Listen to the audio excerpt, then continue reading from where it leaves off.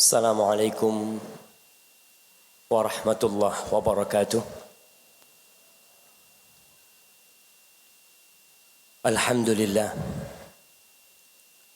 alladzi bi ni'matihi tatimmu shalihat. Segala puji bagi Allah Jalla Jalaluh yang karena nikmatnya kebaikan-kebaikan menjadi sempurna. Yang karena rahmatnya niat-niat baik hamba dapat terlaksana.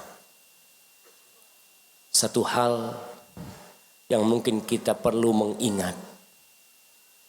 Jangan sampai kita berkata seperti perkataan Qarun. Ketika Allah memberikan kepadanya keluasan rizki. Ketika Allah menuangkan untuknya berbagai nikmat. Lalu Qarun lupa kalau hakikatnya nikmat itu pemberian Allah semata. Qarun mengatakan innama utituhu ala ilmin indi. Aku dapat semua ini karena aku punya ilmu. Karena aku berusaha, karena aku bekerja keras lah. Semua pada hakikatnya adalah pemberian Allah Subhanahu wa taala, sehingga hanya Allah yang pantas untuk dipuji. Allahumma salli wa sallim wa zid wa barik wa an'im ala sayyidina wa maulana Muhammad. Ya Allah, semoga salawatmu, salam berkah dan nikmatmu senantiasa kau curahkan untuk hamba terbaikmu, untuk manusia termulia yang pernah Allah ciptakan di muka bumi ini, untuk manusia yang kelak pada hari kiamat urusan kita tidak akan selesai sampai Nabi kita Muhammad sallallahu alaihi wasallam memberikan syafaatnya untuk kita. Semoga salawat itu bersambung untuk keluarga beliau, untuk istri-istri beliau, untuk putra-putri beliau, dan untuk seluruh sahabat Nabi radhiyallahu taala anhum ajma'in. Ma'asyiral muslimin wal muslimat rahimakumullah, dan pemirsa Roja TV, pendengar Radio Roja 756 AM, pendengar Radio Roja Bandung 1476 AM, dan media lainnya yang ikut menyiarkan kajian ini. Dan saya ucapkan terima kasih yang sebesar-besarnya pula kepada DKM Masjid Al-Ukhwah ini. Jamaah rahimakumullah, hari ini tanggal berapa? Tanggal berapa? Tanggal 1. Nah, besok tanggal berapa?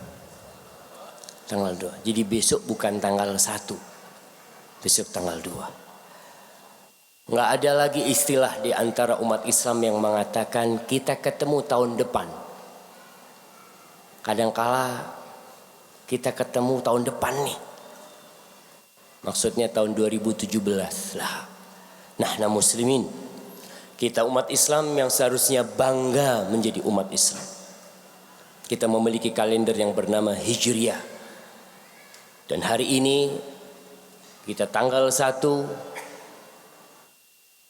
bulan Rabiul Akhir 1438 Hijriyah. Ahibati fillah. Tema ini sebenarnya diperuntukkan kaum Hawa. Karena ibu-ibu kasihan. Anak tadi malam masuk ke hotel jam 12 kira-kira. Udah masuk hotel, pagi anak turun mau sholat. Lalu anak lihat di lift itu ada beach party. Beach party? Mungkin lah. Tapi yang anak heran tertulis di situ Party of Ivy. Ivy. Ana lihat apa artinya Ivy ini. Anak lihat. Karena kita nggak ngerti bahasa Inggris. Ternyata artinya Hawa. Jadi ada acara khusus untuk wanita di hotel itu. Maka kita harus perhatian dengan kaum Hawa. Rasulullah sallallahu alaihi wasallam beliau hidup di masa tatkala para wanita ditindas. Di sebagian tempat wanita itu adalah ibaratkan warisan. Yang kalau bapak meninggal dunia, meninggalkan istri, istrinya itu bisa dikawin sama anaknya. Na'udzubillah min dzalik. Islam datang memuliakan para wanita. Rasul sallallahu alaihi wasallam mengatakan an-nisa syaqaiqur rijal. Wanita itu adalah belahan lelaki. Jadi dia bukan di bawahnya lelaki, enggak. Dia itu belahan. Dan di barat wanita dibebaskan. Dibebaskan dari apa? Dari kewanitaan mereka. Di barat itu wanita hanya alat promosi. Antum lihat semua iklan mesti wanita itu dijual di sana. Untuk melariskan barang dagangan mereka, ketika ada pameran mobil, siapa yang jagain mobil itu? Ada bapak-bapak jagain mobil di sebelahnya gitu kan? Nggak ada. Ketika mereka pameran kulkas, yang jagain juga wanita. Karena wanita pada hakikatnya bagi mereka hanyalah sarana untuk memuaskan nafsu mereka. Berbeda dengan Islam. Allah berfirman di surat At-Taubah. Ana kayaknya kurang nyaman ngomong sama antum ini jemaah. Karena temanya untuk ibu-ibu gitu. Tapi ana lihat bapak-bapak di sini. Tapi enggak apa-apa. Di surat At-Taubah ayat 71. Allah berfirman, "Wal mu'minuna wal mu'minat ba'duhum awliya'u ba'd." Lelaki-laki yang beriman dan wanita-wanita yang beriman, sebagian di antara mereka adalah pelindung untuk sebagian lainnya. Sebagian di antara mereka adalah teman bagi sebagian yang lainnya. Apa yang dilakukan oleh mukmin dan mukminah? Allah mengatakan ya'muruna bil ma'ruf wa yanhauna 'anil munkar. Mereka lelaki yang beriman dan wanita yang beriman beramar ma'ruf dan bernahi mungkar. Memerintahkan kepada kebaikan dan mencegah kepada kemungkaran. Jadi bukan hanya lelaki yang menegakkan amar ma'ruf nahi mungkar, wanita-wanita pun menegakkan amar ma'ruf nahi mungkar. Pernah pada suatu hari Aisyah radhiyallahu taala anha sedang sa'i di antara Safa dan Marwah. Lalu dia melihat seorang wanita pakai baju ada salibnya di baju itu. Kadang-kala ada hiasan baju itu yang salib. Maka wanita ini ditegur oleh Aisyah radhiyallahu taala anha. Dia bercerita bahwa Rasulullah sallallahu alaihi wasallam di rumah tidaklah beliau melihat sesuatu yang bergambar salib kecuali beliau hapus. Aisyah melaksanakan amar ma'ruf nahi munkar. Tidak berhenti beramar ma'ruf nahi munkar. Wa yuqimuna shalah. Mereka mendirikan salat. Wa yu'tuna zakah. Mereka mengeluarkan zakat. Mukmin dan mukminah. Wa yuti'una Allah wa rasulah. Mereka taat kepada Allah dan Rasulnya. Lalu mereka dapat apa? Ulaika sayarhamuhumullah. Mereka kelak akan mendapatkan rahmat Allah. Innallaha azizun hakim. Sesungguhnya Allah aziz, zat yang memiliki izzah, zat yang maha mulia, yang maha terhormat, yang maha kuasa. dan semua syariatnya penuh dengan hikmah. Maka kalau masih ada wanita-wanita yang menginginkan persamaan gender, lelaki dan wanita, muslim ya, ada wanita muslimah menjadi aktivis gender, berpendapat bahwa Islam itu bias gender, maka wanita ini harus sekolah lagi. Sayangnya selama ini dia hanya sekolah pemahaman-pemahaman barat yang sedang ditransfer ke negeri-negeri Islam. Di dalam Islam, orang yang paling harus dihormati adalah wanita yang pertama. Yang kedua, wanita. Yang ketiga, wanita. Yang keempat baru lelaki. Tapi kenapa mereka masih menuntut persamaan? Kita melihat mereka menuntut buku pelajaran bahasa Indonesia di SD dirubah. Budi berangkat sekolah. Bapak Budi berangkat kemana? Ke sawah. Ibu Budi masak di dapur. Mereka mengatakan ini nih ada diskriminasi buat wanita. Kenapa Bapak Budi ke pasar, Ibu Budi kok ke dapur? Mereka maunya Bapak Budi ke sawah, Ibu Budi nyupir angkot. Mereka ingin persamaan. Tapi bukan itu yang mereka inginkan. Kalau mereka benar-benar ingin persamaan lelaki dengan wanita, nggak mungkin mampu wanita. Mereka tetap akan menyesuaikan. Enggak lah Ustaz, enggak pantas masa wanita nyupir. Masa wanita jadi kuli bangunan. Mereka nggak mau yang seperti itu. Maunya pekerjaan-pekerjaan yang halus yang sesuai dengan mereka. Lah, engkau sekarang ingin persamaan gender. Tapi yang terjadi, siapa yang mendidik anak-anak? Engkau akan cari babysitter. Babysitternya laki apa perempuan? Tetap perempuan yang didatangkan ke rumahnya. Kau keluar dan kau datangkan wanita. Apa bedanya kalau kau yang ada di dalam rumah itu? Bukankah kau ingin persamaan? Kau datangkan wanita, seharusnya babysitternya kau datangkan laki. Kira-kira kalau babysitternya bapak-bapak kayak gini, jadi apa anak-anak jemaah? Mungkin jadi bubur di rumah anak-anak. Ma'asyiral ikhwah rahimakumullah.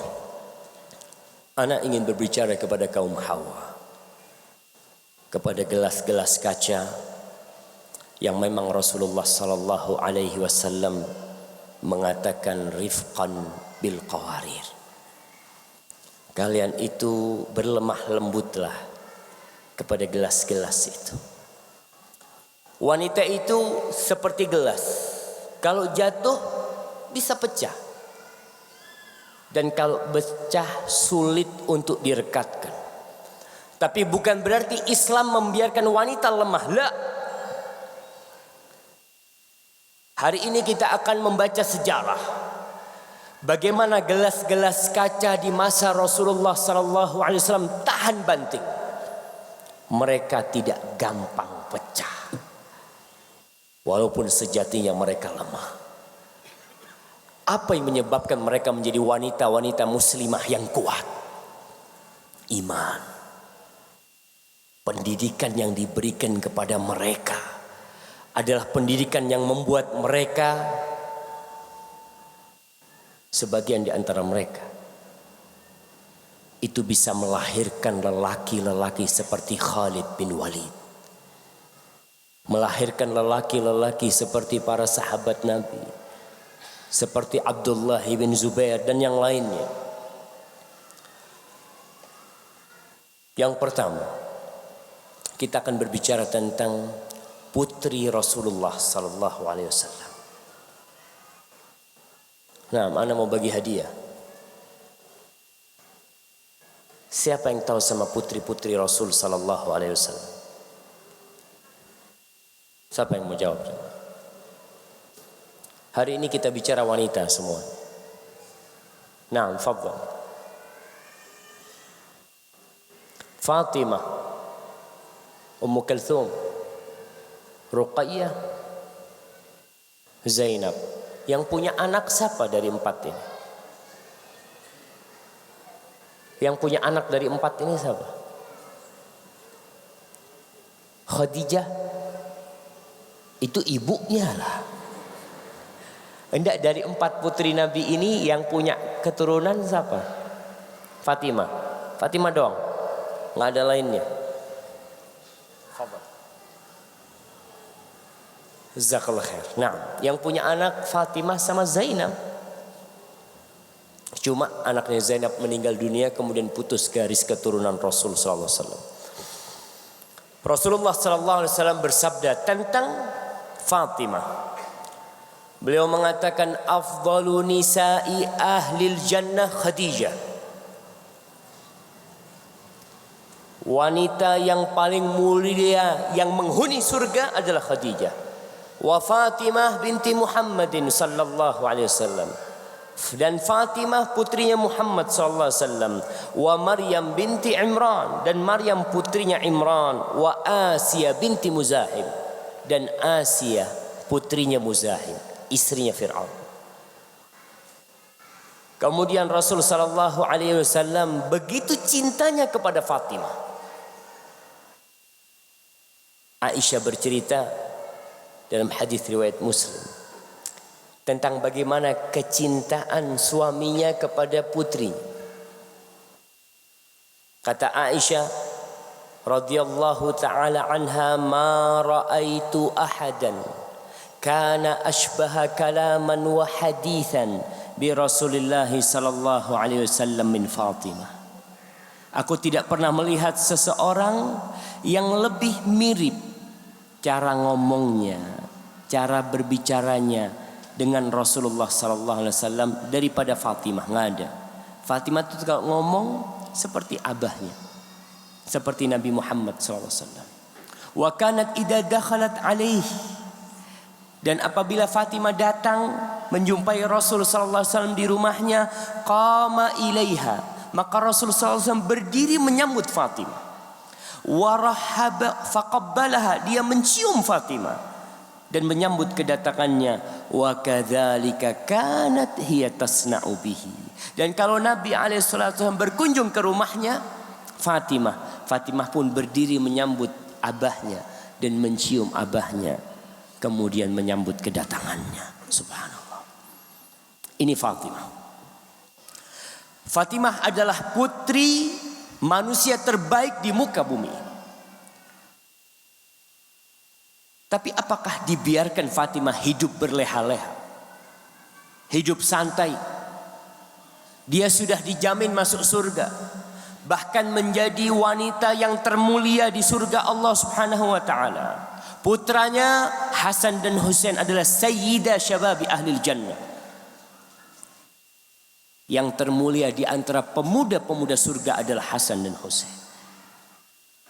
Apa yang dilakukan Rasulullah sallallahu alaihi wasallam kepada Fatimah? Fatimah menikah dengan Ali bin Abi Thalib. Miskin Ali, tidak banyak harta yang dia miliki. Maka tatkala menikah dengan Fatimah, tidak bisa Ali mendatangkan pembantu untuk melayani istrinya. Padahal istri Nabi alaihissalam. Fatimah memiliki putra pertama yang namanya Hasan.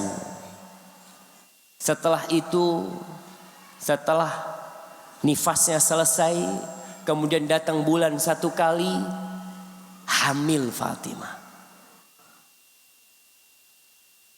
Husain, anak keduanya. Berat bagi dia.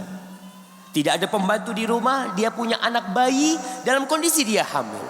Bekerja sendiri. Akhirnya dia menumbuk gandum dengan tangannya sampai tangannya itu kasar. Suatu hari Fatimah mendengar Rasulullah sallallahu alaihi wasallam mendapatkan beberapa tawanan perang. Yang dia ingin salah satunya membantu dia, ingin pembantu dia. Maka dia datang menjumpai Rasulullah SAW ke rumahnya Aisyah. Tapi ternyata nggak ada. Tidak menjumpai Nabi SAW. Maka Fatimah curhat kepada Aisyah. Akhirnya pulang. Setelah sholat Isya datang Rasulullah SAW. Maka Aisyah bercerita tentang kedatangan putrinya. Fatimah datang kepingin ini dan itu. Maka Rasulullah SAW keluar dari rumahnya. Rumah Nabi SAW itu berdampingan dengan rumahnya Fatimah. Satu tembok. Maka beliau hajabuter, diketuk pintu rumahnya Fatimah. Kemudian beliau diizinkan masuk. Ternyata Fatimah bersama Ali sedang rebahan di atas ranjangnya. Mereka mau bangun. Apa kata Rasulullah SAW? Ala rislikuma. Kalian tetap jangan usah bangun.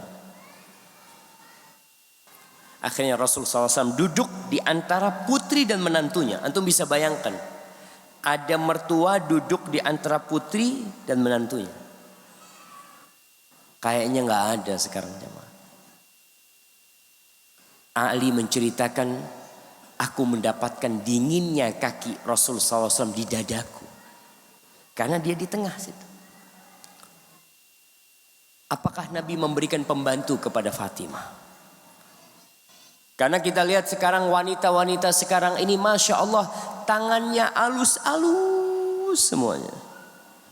Bahkan kasar sedikit langsung perawatan. Nah, duit suaminya buat perawatan. Iya Ustaz, perawatan ini kan untuk suami juga. Nah, betul.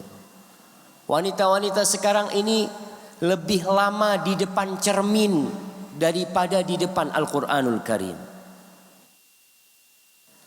Ana melihat kelakuan wanita karena istri ana wanita, anak-anak ana ada yang putri, ana punya kakak adik semuanya wanita. Jadi ana tahu subhanallah. Kadangkala itu duduk bersila di depan cermin. Ana ngomong ngapain ya di sini? Oh ternyata ada bahan-bahan yang harus dipakai untuk memoles dirinya. Itu terjadi. Rasul sallallahu alaihi wasallam melihat Fatimah, beliau tidak mendatangkan pembantu. Beliau mengatakan kepada putri dan menantunya, dan beliau tidak menyuruh menantunya untuk bertanggung jawab. Mengatakan, Ali kau tanggung jawab, kau harus cari itu pembantu. Ali miskin, tidak mampu. Maka Rasul sallallahu alaihi wasallam, Masya Allah, dikasih apa ini? Jazakallah khair. Ana izin minum dulu jemaah.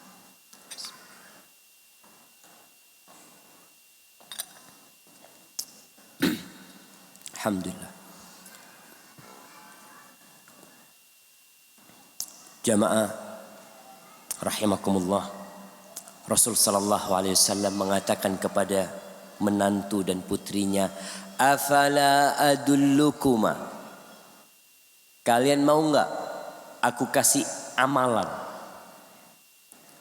yang itu lebih baik mimma sa'altuma, daripada yang kalian pinta. Ali bin Abi Thalib mendukung istrinya untuk minta pembantu. Karena dia nggak mampu, dia tahu diri. Maka Nabi SAW mengatakan kepada keduanya, mau nggak kalian aku kasih amalan yang lebih baik daripada pembantu? Ibu-ibu insya Allah tahu amalan. Tapi ana mau kasih hadiah bukan kepada yang tahu amalannya, tapi yang selalu mengamalkannya. Masya Allah Ustaz, riak itu Ustaz. Ana nggak mau angkat tangan.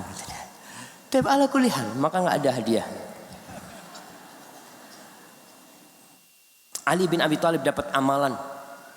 Yang amalan ini bukan sama dengan pembantu jamaah. Kalau sama berarti kan ya sama aja. Punya pembantu dan membaca amalan itu sama. Tapi yang dikatakan oleh Rasulullah sallallahu alaihi wasallam khair, lebih baik daripada pembantu. Maka dikasihlah amalan itu. Sebelum tidur, apabila kalian mendatangi tempat tidur kalian, Orang kalau datang ke tempat tidurnya disuruh ingat Allah. Hari esok itu milik Allah. Kau nggak tahu apakah engkau bisa membuka matamu esok hari. Maka ketika kau datang ke tempat tidurmu, maka bacalah subhanallah 33 kali. Alhamdulillah 33 kali. Allahu Akbar 34 kali. Itu lebih baik daripada pembantu.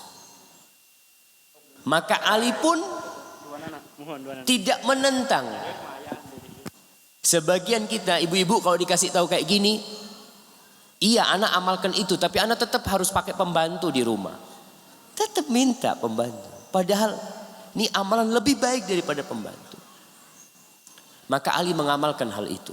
Fatimah mengamalkan hal itu. Dan dia siap hidup tangannya kasar. Demi untuk menjadi wanita termulia di surga Allah Subhanahu wa taala. Banyak wanita-wanita yang tangannya lembut di dunia. Semoga nanti di surga pun akan lembut. Tapi ada yang tangan itu akhirnya masuk ke dalam api neraka. Na'udzubillah min dzalik. Maka para jamaah tumbuhkan, khususnya ibu-ibu. Setiap mau tidur, baca. Ingatkan anaknya. Nak, baca nak. Baca subhanallah. Ini lebih baik daripada pembantu. Ajari anaknya bekerja. Kalau mau pakai pembantu tafadhol, tidak dilarang. Kalau orang itu mampu pakai pembantu silahkan.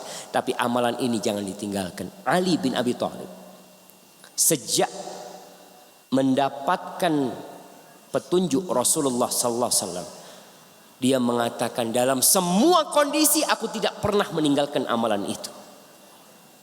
Sampai ketika malam perang Siffin, Ali ditanya, engkau pada waktu malam perang Siffin baca itu enggak? Tetap dia baca. Sebaik-baiknya amalan itu adalah yang berkesinambungan walaupun sedikit. Maka bagi ibu-ibu, berusahalah untuk menjadi wanita yang kuat. Jangan hanya bersolek di rumah.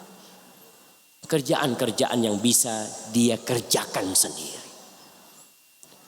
Dia tinggal suruh pembantu bisa. Tapi dia mengerjakan sendiri akan lebih mulia buat dia. Semua yang dia amalkan akan dicatat.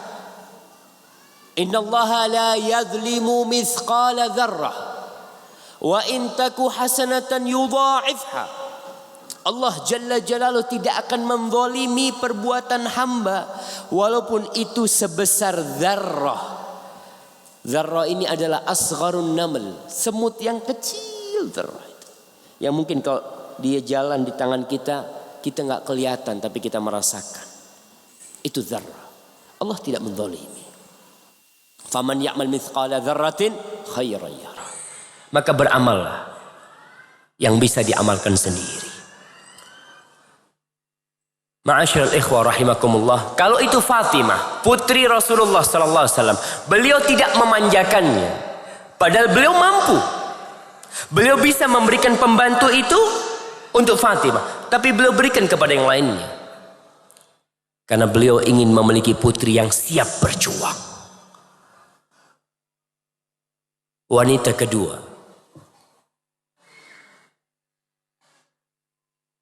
Aisyah radhiyallahu taala anha.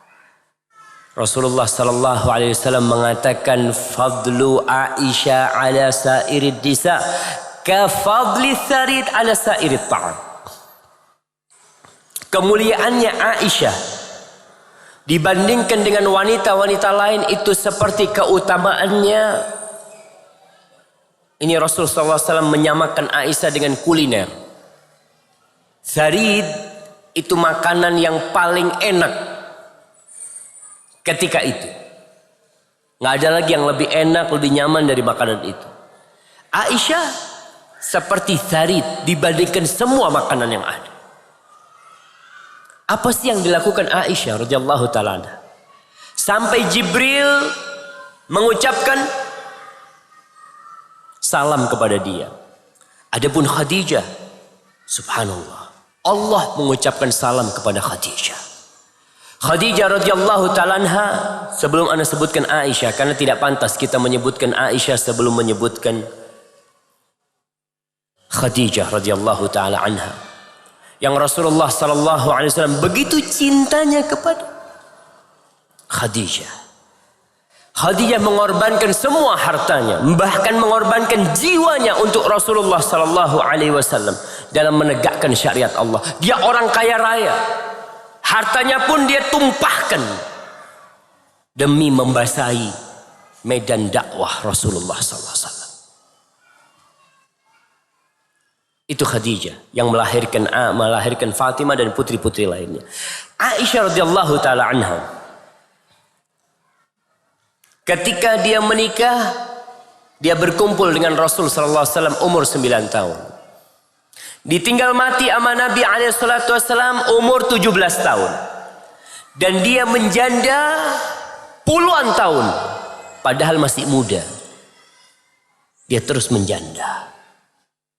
Istri-istri Nabi tidak boleh menikah lagi. Dia harus siap menjaga nafsu dia sebagai seorang wanita. Siapa yang tidak suka dengan lelaki dari kalangan wanita? Masya Allah. Ana lihat kedap-kedip jemaah. Hidup mati, hidup mati. Baik, kayaknya memang dibikin seperti itu jemaah. Kembali kepada Aisyah radhiyallahu taala anha. Ibu-ibu terserah. Keluar dari sini nanti mau jadi Fatimah, mau jadi Khadijah, mau jadi Aisyah, mau jadi Ummu Sulaim, mau jadi sahabat-sahabat wanita yang mereka gelas-gelas kaca yang tahan banting, silahkan. Itu yang perlu dicontoh. Aisyah radhiyallahu ta'ala anha terkenal dengan kedermawanannya. Fitnah wanita itu harta. Sama sebenarnya dengan fitnah lelaki. Tapi wanita itu lebih suka dengan yang namanya perhiasan. Allah mengatakan awama yunasya'u fil hilyah. Dari kecil wanita itu dibesarkan dengan perhiasan. Maka sampai besar pun dia suka dengan perhiasan. Antum kadang-kadang melihat wanita sudah tua renta masih pakai emas-emasan. Kita ngelihat, ya Allah, buat apa sih dia pakai? Tapi karena kecintaan dia. Pelit. Wanita lebih pelit apa lelaki lebih pelit? Jamaah. Sebenarnya sama. Tapi kadang-kala wanita itu mau bersedekah tapi pakai duitnya suami. Masya Allah, ana alhamdulillah Ustaz. Selalu pertanyaannya, Ustaz, boleh nggak ana sedekah pakai duitnya suami? Dan itu gelang kenapa nggak kau lepas kau taruh di kotak amal? Itu anting kenapa nggak kau lepas kemudian kau taruh di kotak amal? Rasulullah Sallallahu Alaihi Wasallam dalam salah satu khutbah Idnya, khutbah Id hari raya, beliau datang bersama Bilal. Bilal bawa surban. Lalu Nabi SAW mengatakan kepada para wanita, ya ma'asyiran nisa, tasaddaqna, fa inni ra'aitukunna aktsara ahlin nar. Wahai para wanita, kalian bersedekahlah. Bayangkan, perintah khusus dari Nabi SAW kepada para wanita untuk bersedekah. Yang laki disuruh sedekah juga, tapi ini ada perintah khusus kepada wanita. Kenapa Rasulullah SAW menyuruh mereka bersedekah? Karena aku melihat kebanyakan kalian menghuni neraka. Dan sedekah itu adalah amalan yang bisa menghalangi seorang dari api neraka. Akhirnya wanita-wanita yang hadir di majelis itu membuka antingnya. Dia lemparkan. Ada yang membuka perhiasannya, dia lemparkan. Ada yang kalungnya, dia lemparkan semua. Karena dia tahu semua bakal ditinggal. Dan yang dilemparkan ke sana, itu yang akan dia temuin nanti di alam kuburnya. Maka sedekah. Aisyah radhiyallahu ta'ala anha, subhanallah. Didikan Rasulullah SAW. Nabi sering datang ke rumah istrinya, tanya, ada makanan? Nggak ada. Istrinya sempat mengeluh. Istri Nabi sempat mengeluh. Sampai semua istrinya itu meminta tambahan nafkah. Karena hidup mereka susah. Seringkali di rumahnya nggak ada makanan. Nabi berpuasa dan istrinya pun harus berpuasa karena nggak ada makanan. Sallallahu ala nabiyina wasallam. Akhirnya pernah mereka minta tambahan. Ketika itu Allah tegur istri-istri Nabi. Allah hidupkan keimanan mereka. In kuntunna turidnal hayatad dunya wa zinataha. Kalau kalian ingin perhiasan dunia, ingin kenikmatan dunia, fata'alain. Sini kata Rasulullah SAW, aku akan ceraikan kalian semua, kata Rasulullah SAW. Kalau yang kalian cari itu adalah dunia. Maka tatkala itu istri-istri Rasulullah SAW menerima dengan kondisi Nabi SAW. Kalau mereka tahu dunia ini bakal ditinggalkan. Urwah ibn Zubair bercerita. Dia mengatakan tentang Aisyah. Urwah ibn Zubair, anak akan kasih hadiah. Apa hubungan Urwah bin Zubair dengan Aisyah radhiyallahu taala anha? Anak akan kasih hadiah. Nah, hadiahnya buat suaminya, ibu-ibu nanti ambil dari suaminya. Kalau suaminya tahu, fadhal. Fadhal. Mana yang angkat tangan? Nah, fadhal. Keponakan dari mana? Dari Asma, Masya Allah. Fadhal. Iya, Urwah ini nama ibunya adalah Asma binti Abu Bakar, Aisyah binti Abu Bakar. Jadi Urwah ini keponakannya Aisyah radhiyallahu taala anha. Apa kata Urwah? Ra'aituha taqsimu 70,000 wahia tarqa'u dir'aha. Aku melihat Aisyah radhiyallahu taala anha, dia membagi 70.000 dirham. Dia bagikan 70.000 dirham. Berapa 70.000 dirham? Ingat dulu 10 dirham itu cukup untuk membeli 1 ekor kambing.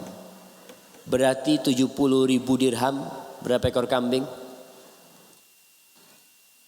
7.000 jam. Kalau 1 kambing 1 juta, berapa yang dia bagikan? 7 miliar. Dia bagikan, katanya Urwah. Wadir wahia tarqa'u dir'ah. Bajunya tambalan. Bajunya Aisyah itu ada tambalannya. Itu Aisyah radhiyallahu taala anha. Kalau kita lihat kebanyakan wanita muslimah sekarang, sedekahnya sedikit, bajunya yang mahal. Masya Allah. Apalagi sekarang nih abayanya tuh harim-harim, Masya Allah. Ada yang harganya 2,5 juta. Harganya 3 juta. Sedekahnya 2.000. Datang kotak amal, Alhamdulillah. Alhamdulillah Ustaz, daripada gak sedekah. Subhanallah. Abdullah bin Zubair, kakaknya Urwah bin Zubair. Ini cerita tentang kondisi rumah. Ya karena keponakan tahu sama bibinya. Abdullah bin Zubair cerita, dia mengatakan, ma ra'aitum ra'ataini qat ajwad min Aisyah wa Asma. Aku tidak pernah melihat wanita yang lebih mulia daripada 2 orang. Keduanya adalah bibinya. Keduanya adalah wanita-wanita yang mendapatkan pendidikan dari orang tuanya pertama. Yang pertama adalah Asma, didikannya Abu Bakar. Aisyah, didikannya Abu Bakar, kemudian dididik oleh Rasulullah sallallahu alaihi wasallam. Wajuduhuma mukhtalif. Tapi kedermawanan 2 orang ini beda, nggak sama. Apa perbedaannya? Amma Aisyah fakanat tajma'u syai' hatta idza ijtama 'indaha qasamat. Aisyah itu mengumpulkan. Jadi kalau rezekinya sedikit, dia punya harta sedikit, dikumpulin. Setelah banyak baru dia bagi. Kenapa baru dia bagi? Siapa yang bisa jawab? Kalau sedikit Nggak semua orang dapat. Mungkin cuma 2 tetangganya yang dapat. Kadangkala bisa menimbulkan masalah. Aku kok nggak dikasih ya? Ini dikasih. Maka Aisyah radhiyallahu anha mungkin di antara hikmahnya dia mengumpulkan sampai sudah terkumpul dia bagi-bagi sehingga semuanya dapat. Adapun Asma fakanat la tamsiku syai'an li ghad. Tapi kalau Asma dia nggak ngumpulin. Dapat langsung dibagi. Dua-duanya orang yang mulia. Orang yang dermawan. Kemudian Urwah cerita. Ba'atha Muawiyah marratan ila Aisyah. Ketika Muawiyah jadi khalifah, dia mengirim kepada Aisyah uang sejumlah 100.000 dirham, 100.000 dirham. 100.000 dirham berapa M? 10.000 kambing ya, 10.000 kambing. Kalau dibelikan kambing dapat 10.000. Lalu dibagi.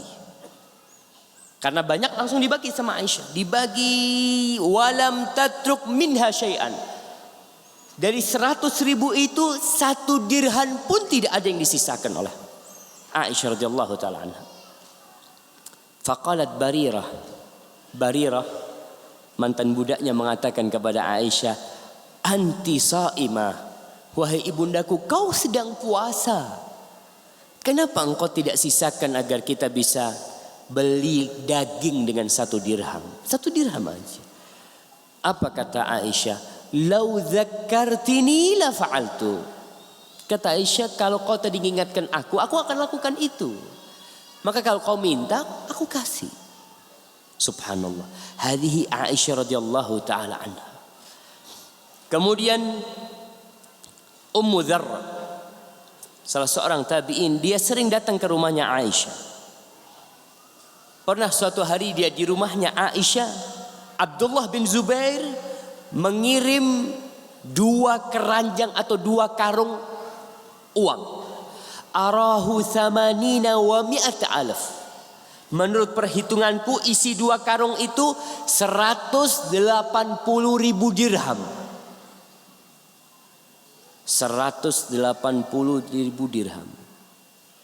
Berapa ekor kambing? 18.000 ekor kambing. Mungkin 18 miliar. Fajalasat. Dan dia dalam kondisi puasa Aisyah. Maka Aisyah duduk, duitnya itu dikeluarin semua. Lalu dia bagikan, ini kirim ke rumahnya fulan, ini kirim ke rumahnya fulan, ini kirim, kirim semuanya. Fa'amsat wa ma indaha min dzalika dirham. Sampai sore hari, pembagian itu mungkin dari siang ya, sampai sore habis. 1 dirham pun tidak ada yang dia pegang. Qalat, ya jariyah halummi futuri. Ketika sudah mau maghrib, ini dalam kondisi puasa Aisyah. Dia mengatakan, Aisyah, wahai bocah, mana berbukaku? Faja'at bi khubzin wa zaid. Maka budaknya ini, pembantunya mendatangkan roti sama minyak. Bukanya itu cuma roti sama minyak. Faqalat laha Ummu Dzarrah. Ummu Dzarrah mengatakan kepada Aisyah, amastata'ti. Sama seperti perkataan Barirah. Apa kau nggak bisa beli daging gitu loh dengan 1 dirham? Maka Aisyah seperti yang dikatakan kepada Barirah, kalau kau ingatkan aku. Ini diriwayatkan oleh Abu Nuaim dalam kitabnya Al-Hilyah dan Ibn Sa'ad dalam kitabnya At-Tabaqat. Dan cerita ini benar, jemaah. Apa sih yang dicari oleh kita? Allah berfirman, alhaakumut takatsur. Kalian itu dilalaikan dengan memperbanyak, menimbun. Buat apa tuh duit? Allah tidak melarang kita kaya. Tapi yang Allah inginkan dari kita, carilah akhirat dengan kekayaanmu. Ada manusia biasanya sampai tingkatan dia mencari rizki. Ada fase-fase manusia ini. Dia mencari rizki. Kita mencari rizki mungkin dari umur 30, 35. Dia cari rizki kepingin punya rumah. Sampai dia punya rumah. Kepingin punya mobil. Sampai dia punya mobil. Kepingin punya usaha. Sampai dia punya usaha. Kepingin punya ruko. Punya ruko dia. Setelah itu apa? Apa? Duit terus datang. Mau diapain? Ditumpuk sama dia. Sampai ada seorang, subhanallah jemaah, seorang koruptor ya.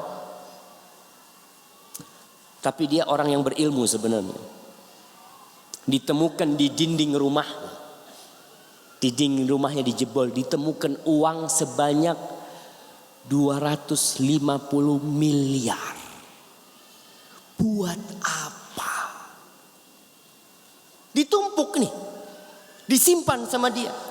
Mati gak dibawa. Ditinggal semuanya. Dan dia akan mendapatkan sanksi dari apa yang dia kumpulkan nanti. Maka silahkan kau kumpulkan harta. Tapi kau sedekahkan, kau keluarkan.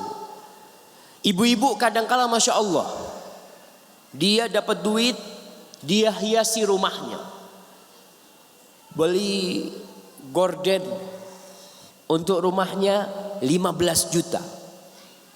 Beli untuk dapurnya puluhan juta. Beli kursinya macam-macam. Ketika sedekah gak sebanding dengan yang dia tinggal di dunia. Tafadhal. Kita butuh wanita-wanita muslimah yang kaya raya. Tapi untuk Allah subhanahu wa ta'ala. Kau punya usaha satu, buka usaha yang kedua. Punya usaha dua, buka usaha yang ketiga. Kalau kau cukup dengan satu, katakan ya Allah, satu ini untuk hidupku. Sisanya untuk engkau ya Allah. Sisa usahaku itu untuk kau. Kita lihat Aisyah radhiyallahu ta'ala anha. Dia tahu semua akan ditinggal, maka dia simpan uang itu dengan rapi di sisi Allah subhanahu wa ta'ala. Iman. Jangan takut miskin kalau sedekah. Allah berulang kali ketika menyebutkan tentang sedekah selalu mengingatkan kita. Dengan firman-Nya mimma razaqnahum, mimma razaqnahum. Dari apa yang kami rizkikan kepada mereka. Artinya yang ada di tanganmu ini dari Allah loh. Dari Allah. Ingat, uang yang ada di dompetmu, mobil yang ada yang di garasi, rumah yang kau tempati itu dari Allah. Dan Allah katakan in tuqridullaha qardan hasanan yudha'ifhu lakum. Kalau kalian mengutangi Allah, ngutangi dengan utang yang baik, Allah akan lipat gandakan buat dilipat gandakan. Tapi berat kita. Ibu-ibu coba sedekah gelangnya. Siap hari ini sedekah gelangnya. Allah Ustaz, enggak dibawa Ustaz. Sedekah gelangnya satu, insya Allah jadi berapa? Jadi 10. Jadi 700 kali lipat.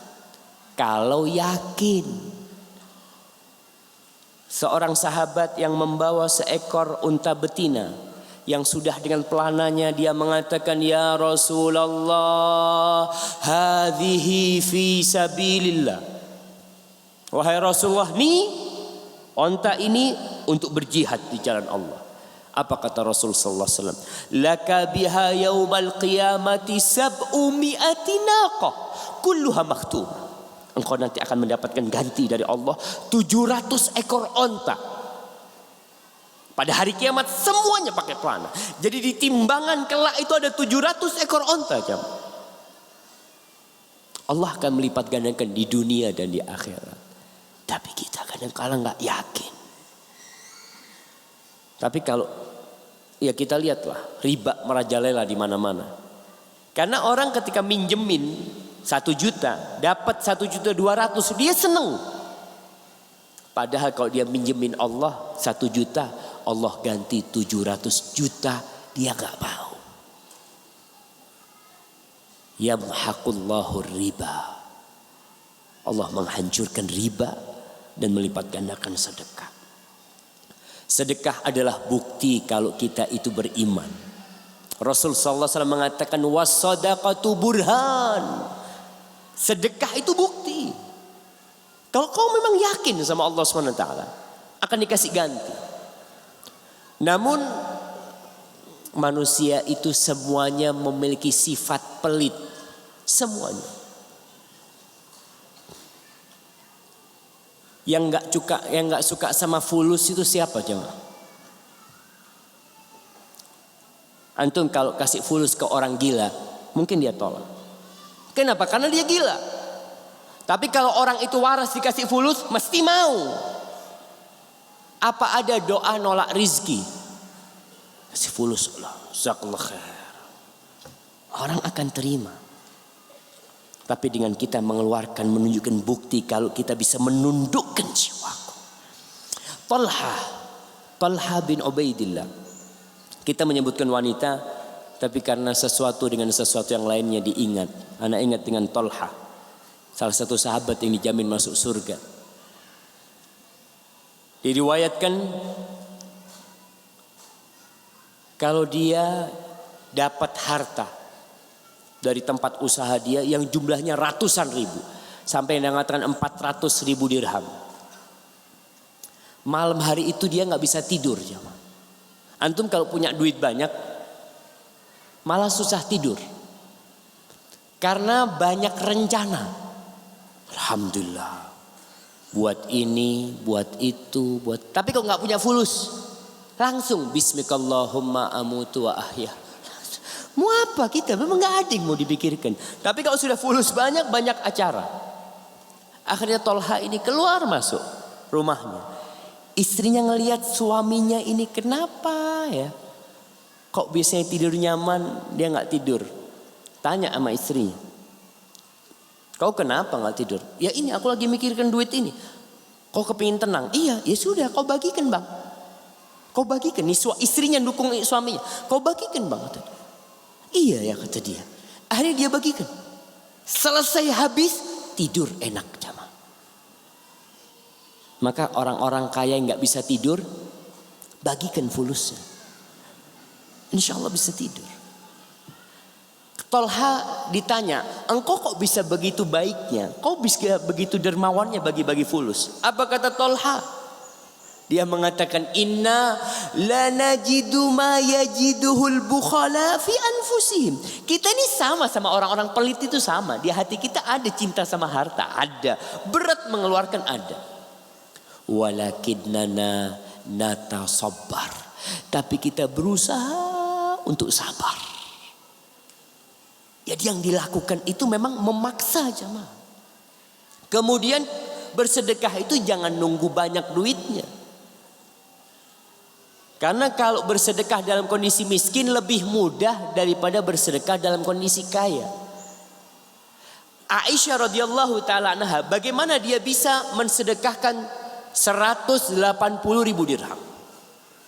Ternyata semua dimulai dari yang kecil. Ini ceritanya. Imam Bukhari dan Muslim meriwayatkan. An Aisyah radhiyallahu taala anha. Dari Aisyah radhiyallahu taala anha qalat, ja'atni imra'atun ma'aha ibnatan. Suatu hari datang ke rumahku seorang wanita minta-minta. Bersama dia ada 2 putrinya. Falam tajid indi ghaira tamratin wahidah. Aisyah cari di rumah, apa yang bisa dikasihkan sama dia? Dicari nggak ada, kecuali 1 butir kurma. Di rumah Rasul sallallahu alaihi wasallam cuma ada 1 butir kurma. Fa'ataituha. Lalu aku kasihkan kepada dia 1 butir kurma. Apa yang dilakukan oleh wanita ini? Faqasamatha baina ibnatayhi. Dibagi 2 kurma ini, dikasihkan ke 1 putrinya yang di sebelah kanan dan 1 putrinya sebelah kiri. Qamat fakharajat. Lalu pergi dan meninggalkan Aisyah. Aisyah belajar sedekah dari waktu miskin. Dari mulai nggak punya apa-apa. Dan kita pun harus membiasakan diri kita sedekah. Tadi kalau punya 1 butir kurma, antum sedekah 1, gampang. Makanya jamaah, nggak ada istilah dalam Islam itu kalau makan bersama nasinya kurang. Kadangkala acara buka bersama makanannya kurang, rotinya kurang, nggak ada. Kalau kita benar-benar muslimin. Kenapa? Rasulullah sallallahu alaihi wasallam bersabda, "Ta'amul wahidi litsnain wa ta'amul itsnaini li thalath." Makanan satu orang cukup untuk 2 orang. Makanan 2 orang cukup untuk 3 orang. Jadi dalam kondisi umpamanya kita makan nih, buka bersama. Jamaah yang hadir banyak. Sebagian nggak dapat. Antum seharusnya panggil dia, "Fadhol sini sama ana makan nih. Ini satu cukup buat 2. Jangan takut kau. Semuanya akan dapat."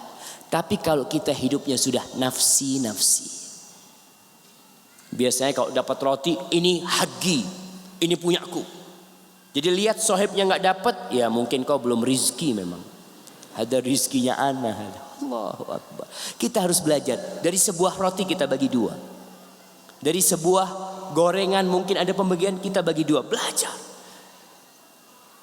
Insya Allah hari demi hari akan terkikis sifat kikir kita. Dan ibu-ibu khususnya insya Allah bisa menjadi seperti Aisyah radhiyallahu ta'ala anha.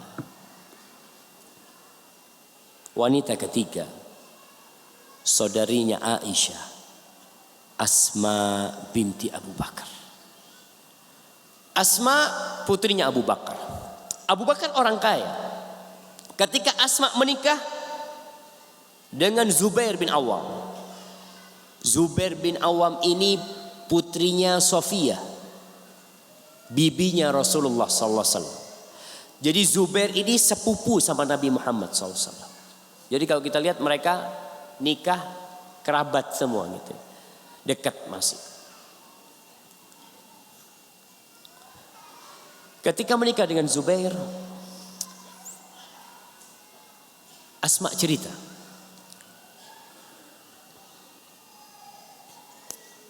Kata Asma, "Tazawwajtu Az-Zubair."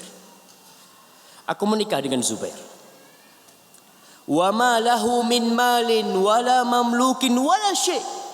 Aku menikah dengan Zubair dalam kondisi Zubair itu miskin, enggak punya harta, enggak punya budak, enggak punya apa-apa kecuali satu yang dia miliki, kuda untuk berjihad. Itu aja yang dia miliki.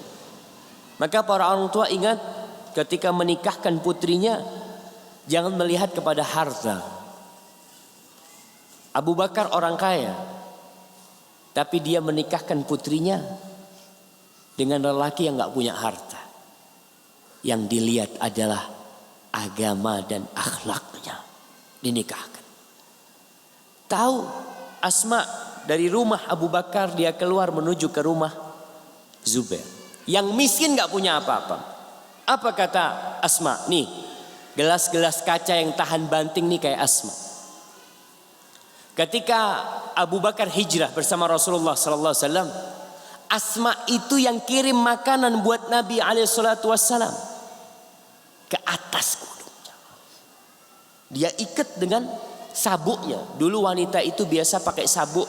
Ya sampai sekarang sabuk kalau orang hamil,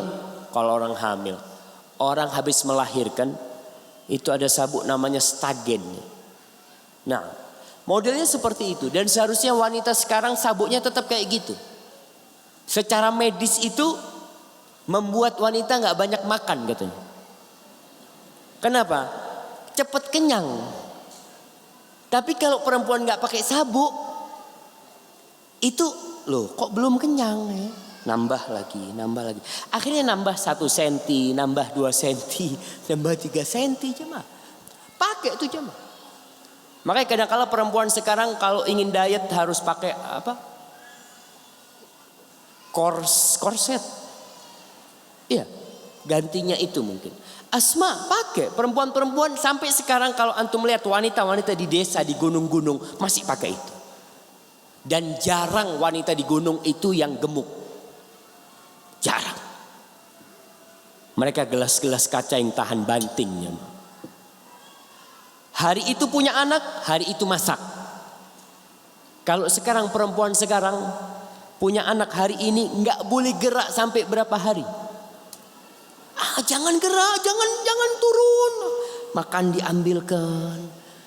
Allahu Akbar. Ya akhirnya gelasnya cepat pecah. Kalau jatuh piar. Nggak tahan banting.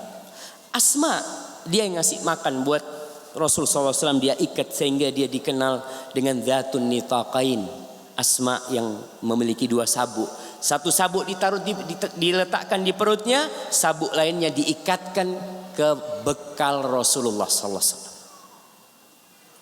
Abu Jahal datang ke rumahnya Abu Bakar, diketuk. Keluar Asma. Mana bapakmu? Kata Asma, la adri, nggak tahu aku. Ditampar sama Abu Jahal sampai antingnya jatuh. Tapi dia gelas kaca tahan banting. Dia tetap ngomong nggak tahu. Kemana Rasulullah SAW pergi bersama Abu Bakar. Ketika menikah dengan Zubair, didikan bapaknya nih, lihat. Dia siap memiliki suami yang susah. Apa kata Asma? Fakuntu a'lifu farasahu. Atau a'lafu farasahu. Aku yang ngasih makan kudanya. Aku yang ngasih makan kudanya. Karena Zubair harus kerja. Sedangkan siapa yang ngasih makan kudanya? Dia nggak punya pembantu. Kalau dia bekerja di luar, bisa mati kudanya nggak dikasih makan. Kata Asma, aku yang ngasih makan kudanya. Wa akfihi mu'nata, aku yang ngurusin kudanya. Wa asusuhu, aku yang membersihkan apanya. Kudanya itu aku yang ngurusin di rumah. Wa adukun nawali nadihatihi, dan aku yang menghancurkan bijinya kurma, ditumbuk untuk makanan onta yang untuk ngurusin kebunnya. Wa a'lifuhu wa astaqil ma wa ahzuru ghirbahu wa a'jin. Semua kerjaan aku yang melakukan. Ngisi air di wadahnya air, aku yang bikin roti sendiri. Aku itu mindah yang namanya biji kurma dari kebunnya Zubair. Ada kebunnya Zubair di dekat padang pasir di Madinah sana itu. Aku jalan kaki dari sana dan aku bawa biji kurma itu, kurma yang jatuh-jatuh itu dia bawa. Dia panggul jamaah di jarak kira-kira hampir 5 kilometer. Itu yang aku lakukan. Terus dia melakukan itu. Apa Asma mengatakan? Sampai akhirnya ketika Zubair memiliki harta, dia punya pembantu, seakan-akan aku dilepaskan dari perbudakan. Tapi siap hidup susah. Sehingga tatkala suaminya meninggal dunia, kita lihat bagaimana Asma. Abdullah bin Zubair ketika itu perang bersama Hajjaj bin Yusuf. Datang Abdullah bin Zubair mengeluh kepada ibunya. Ketika banyak pengikut Abdullah bin Zubair melarikan diri. Lalu ibunya ngasih nasihat kepada putranya. Ya bunayya, wahai ananda, in kunta ala haqqin famdi lima tu'min bihi. Wahai ananda, kalau engkau merasa berada di atas kebenaran, maka lanjutkan. Kalau engkau lakukan ini sekarang kebenaran.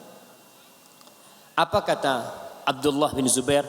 Akhafu in qataluni ayyumathilu bi. Aku takut kalau aku mati nanti aku dimutilasi sama mereka. Ini yang ditakutkan, enggak takut mati, yang ditakutkan itu dimutilasi sama mereka.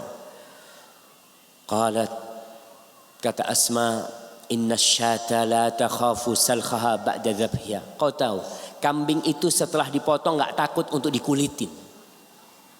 Kau usah takut engkau. Walamma danat minhu, Asma buta, umurnya sampai 100 tahun, dikatakan dia sudah mulai buta.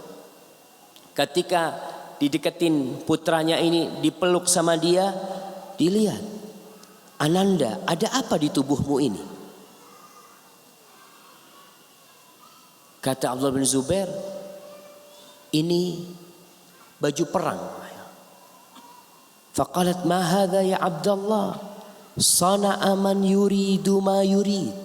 Nggak seperti ini nih orang yang ingin syahadah, ingin mati syahid. Nggak seperti ini yang dia lakukan. Kau buka. Maka dibuka baju perang. Dia pakai baju yang beberapa baju.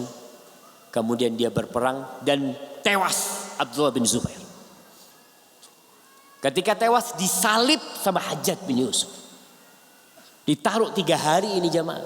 Disalib, ditaruh di pintu kota Mekah. Maka datanglah Asma dalam kondisi dia buta.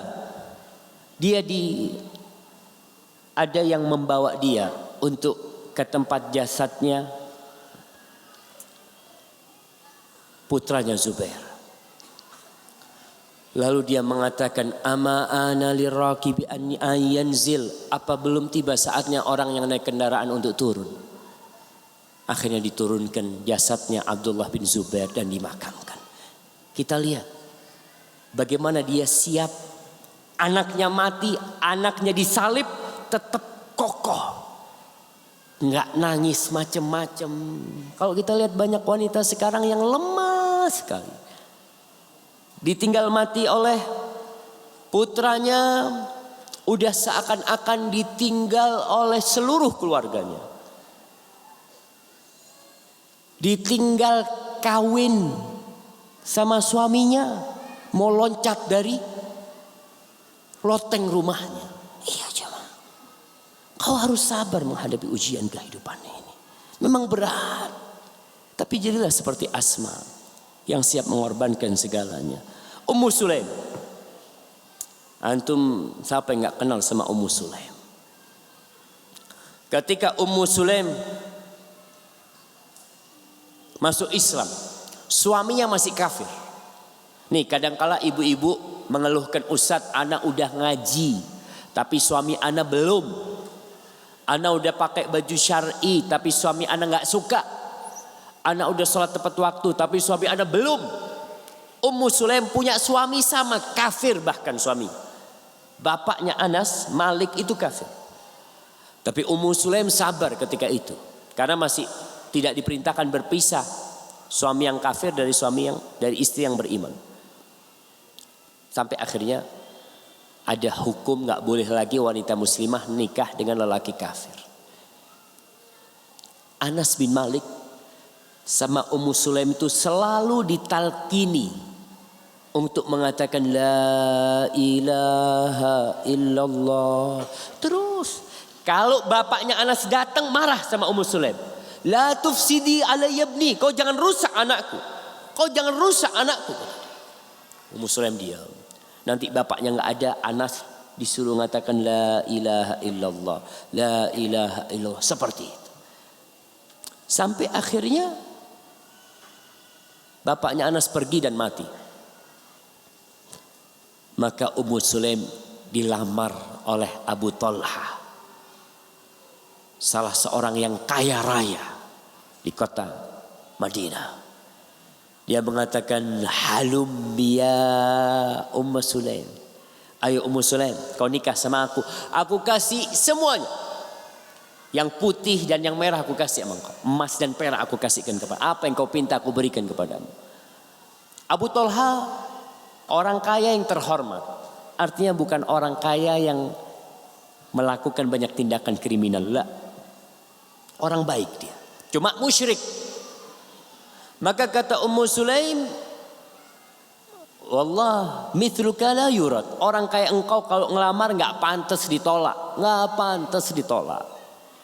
Tapi yang jadi masalah, aku muslimah dan engkau kafir. Walakinnaka mru'un kafir wa ana mra'atun muslimah. Aku muslimah. Kalau engkau mau masuk Islam, aku ridho Islammu sebagai maharku. Apa yang dilakukan oleh Abu Talha? Langsung Abu Talha mendatangi Rasulullah SAW. Dia bersyahadat, lalu dia menikah dengan Ummu Sulaim. Bagaimana Ummu Sulaim? Abu Talha punya anak kecil sama Ummu Sulaim. Anaknya sakit-sakitan kemudian mati. Ibu-ibu gelas-gelas kaca, dengarkan nih bagaimana Ummu Sulaim menjadi gelas kaca pada masa itu.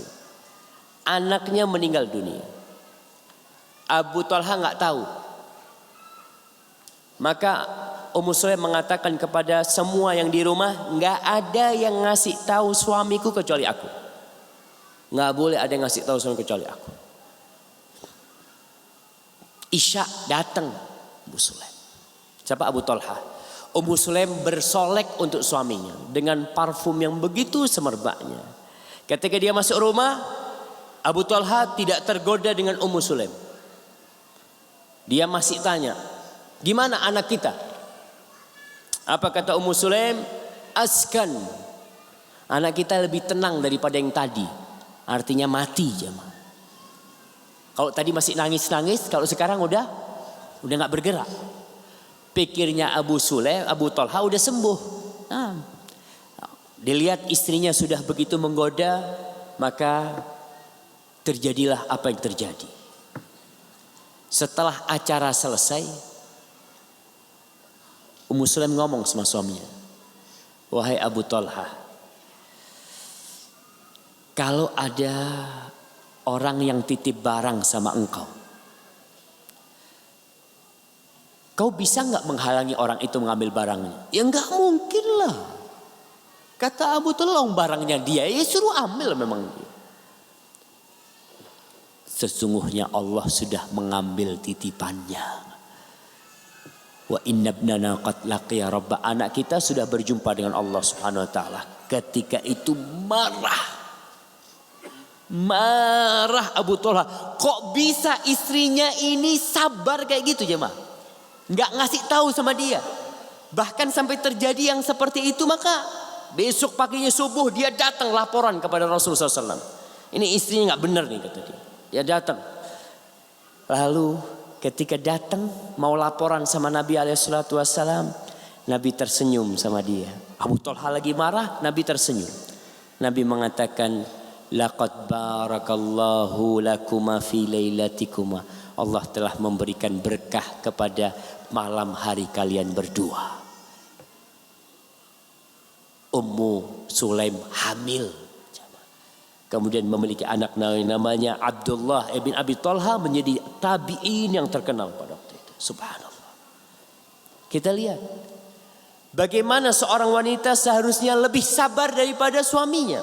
Nah, tadi suaminya baru masuk Islam. Wajar kali kalau masih belum bisa nerima. Tapi Ummu Sulaim sudah mendapatkan keimanan lebih dulu dari suaminya. Sehingga dia lebih tahan banting daripada suaminya. Yakin dan ridho bahwa semua takdir Allah itu indah. Seorang wanita harus yakin, andai kata seluruh penduduk Bandung berkumpul, bahkan penduduk seluruh dunia ini berkumpul untuk memberikan manfaat kepada dirinya, mereka tidak akan bisa memberikan manfaat kepada dirinya. Allah. Andai kata seluruh manusia berkumpul untuk membahayakan dirinya, maka dia harus yakin bahwasanya seluruh manusia, andai kata seluruh tentara yang ada di Indonesia dan seluruh polisi yang berkumpul di Indonesia hendak memberikan sesuatu masalah buat dirimu, tapi Allah tidak berkehendak, itu tidak mungkin terjadi. Maka seorang muslimah harus hidup tenang menerima ridha Allah. Mobilnya hilang, mas-masannya hilang, anaknya meninggal dunia, apa yang dia katakan? Inna lillah wa inna ilaihi raji'un. Dan Ummu Sulaim ini termasuk sahabat yang suka ikut berjihad. Bukan untuk berperang, tapi untuk memberikan perawatan bagi para sahabat-sahabat yang berperang. Ketika perang Hunain, Ummu Sulaim datang. Ikut perang Hunain untuk mempersiapkan air, ngasih minum, yang terluka dari para sahabat dia obatin ya ketika itu. Ummu Sulaim pakai sabuk, kemudian dia taruh khanjar. Khanjar itu pisau orang Arab, tahu yang agak, yang modelnya kayak apa? Kayak pancing. Nah, itu khanjar ditaruh di perutnya Ummu Sulaim. Suaminya laporan kepada Rasulullah sallallahu alaihi wasallam.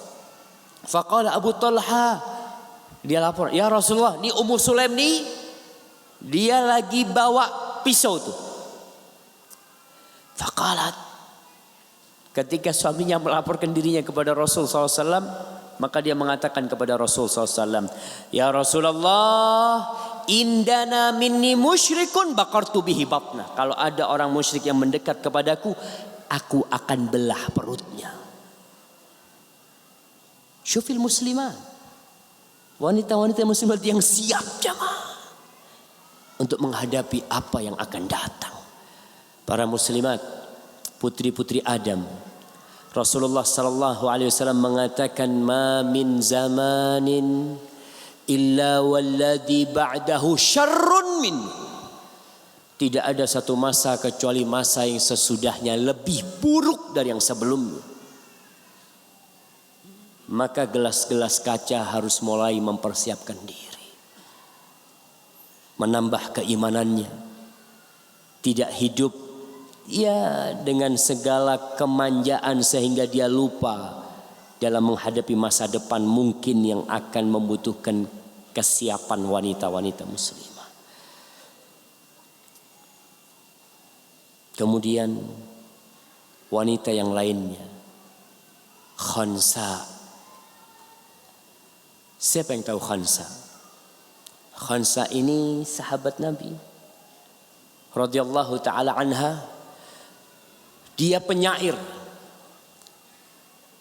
Ibnu Abdul Bar menceritakan bahwasanya telah berijma' para alim ulama dengan syair, annahu lam takun imra'atun qablaha wala ba'daha asy'ar minha. Enggak ada wanita sebelum dia dan sesudah dia yang lebih penyair daripada Khansa. Ketika dia masih kafir, ketika kakaknya terbunuh, ya masa jahiliyah, orang-orang pada perang pada waktu itu. Ketika kakaknya terbunuh, Khansa ini bersedih dengan kesedihan yang tidak terhingga. Sampai diriwayatkan dia itu membotak rambutnya. Dia itu tawaf, sandal kakaknya itu diikat di kerudungnya. Dari cintanya dia kepada kakak.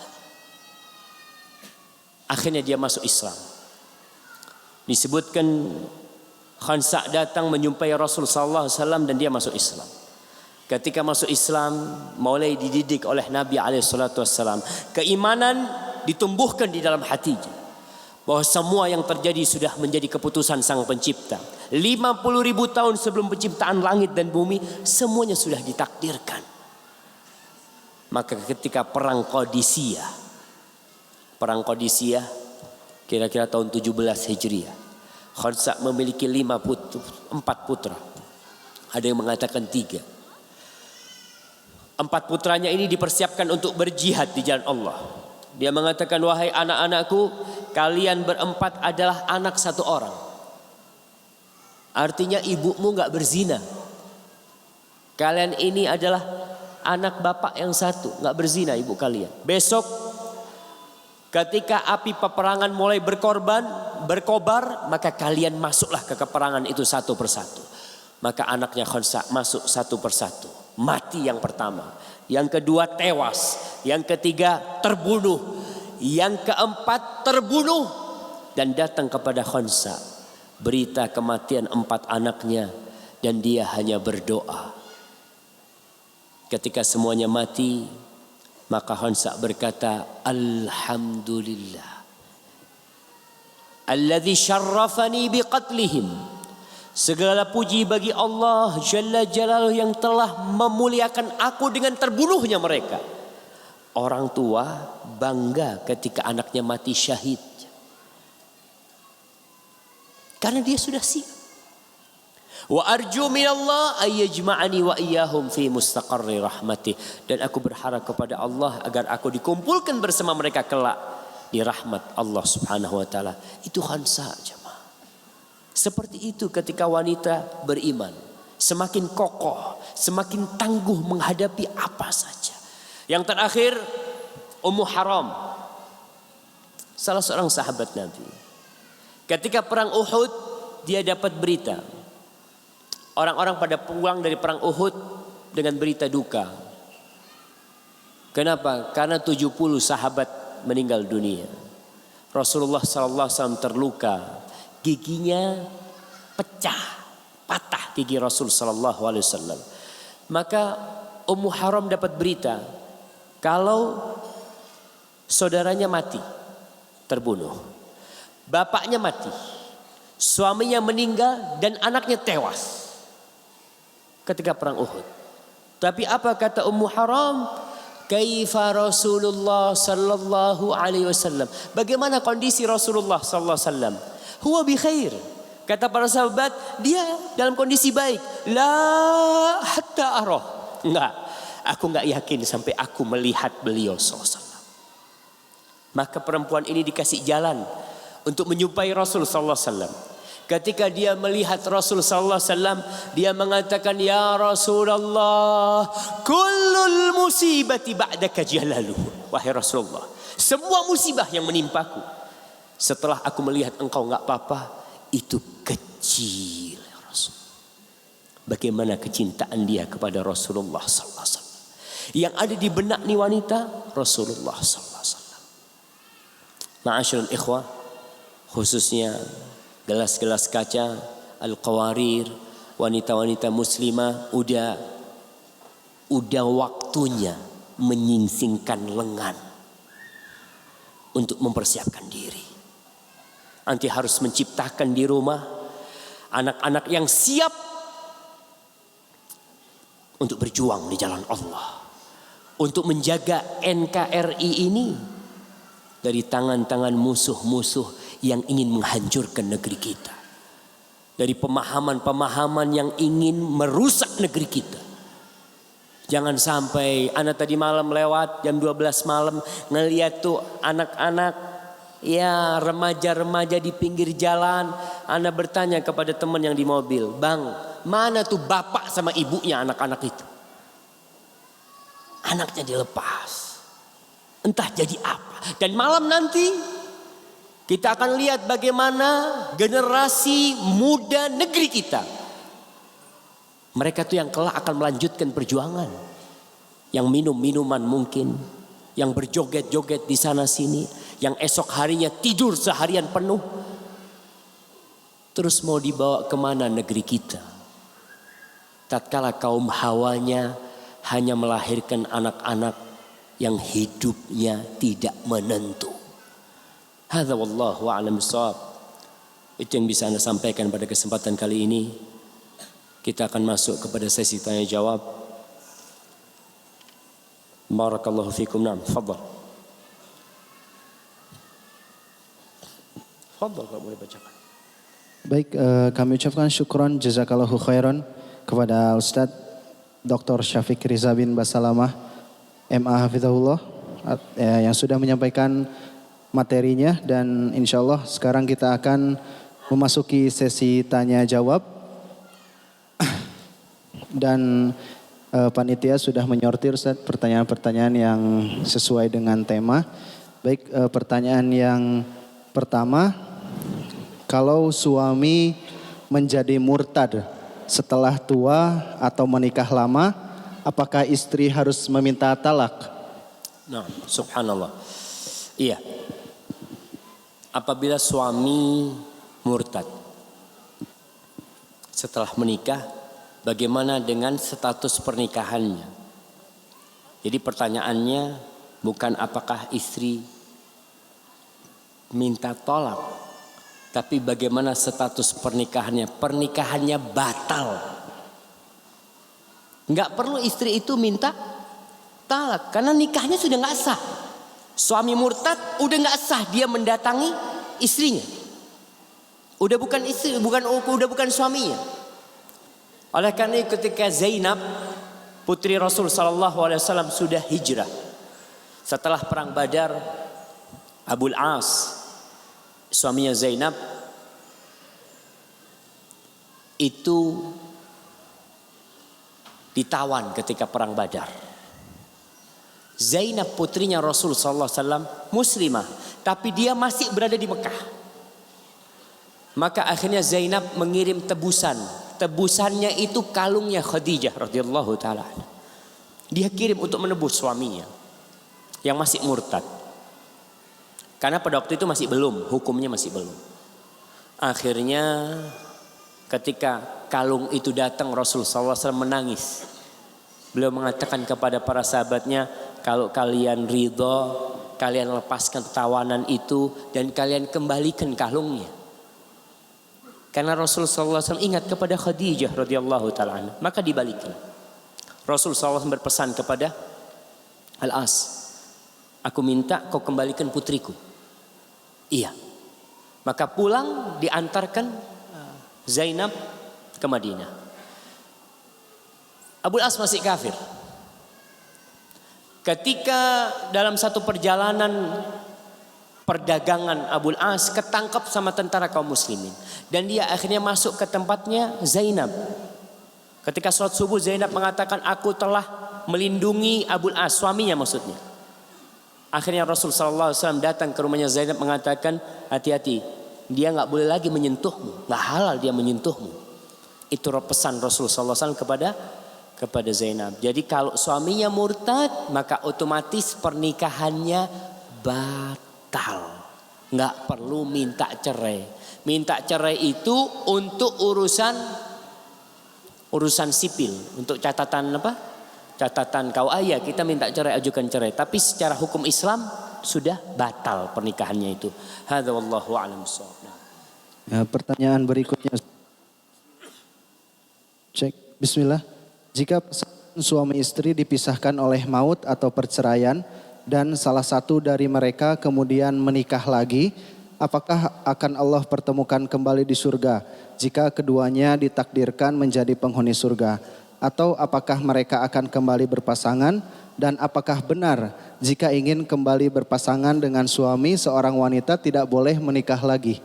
Masya Allah, Masya Allah. Iya, pertanyaan yang cukup menarik jemaah.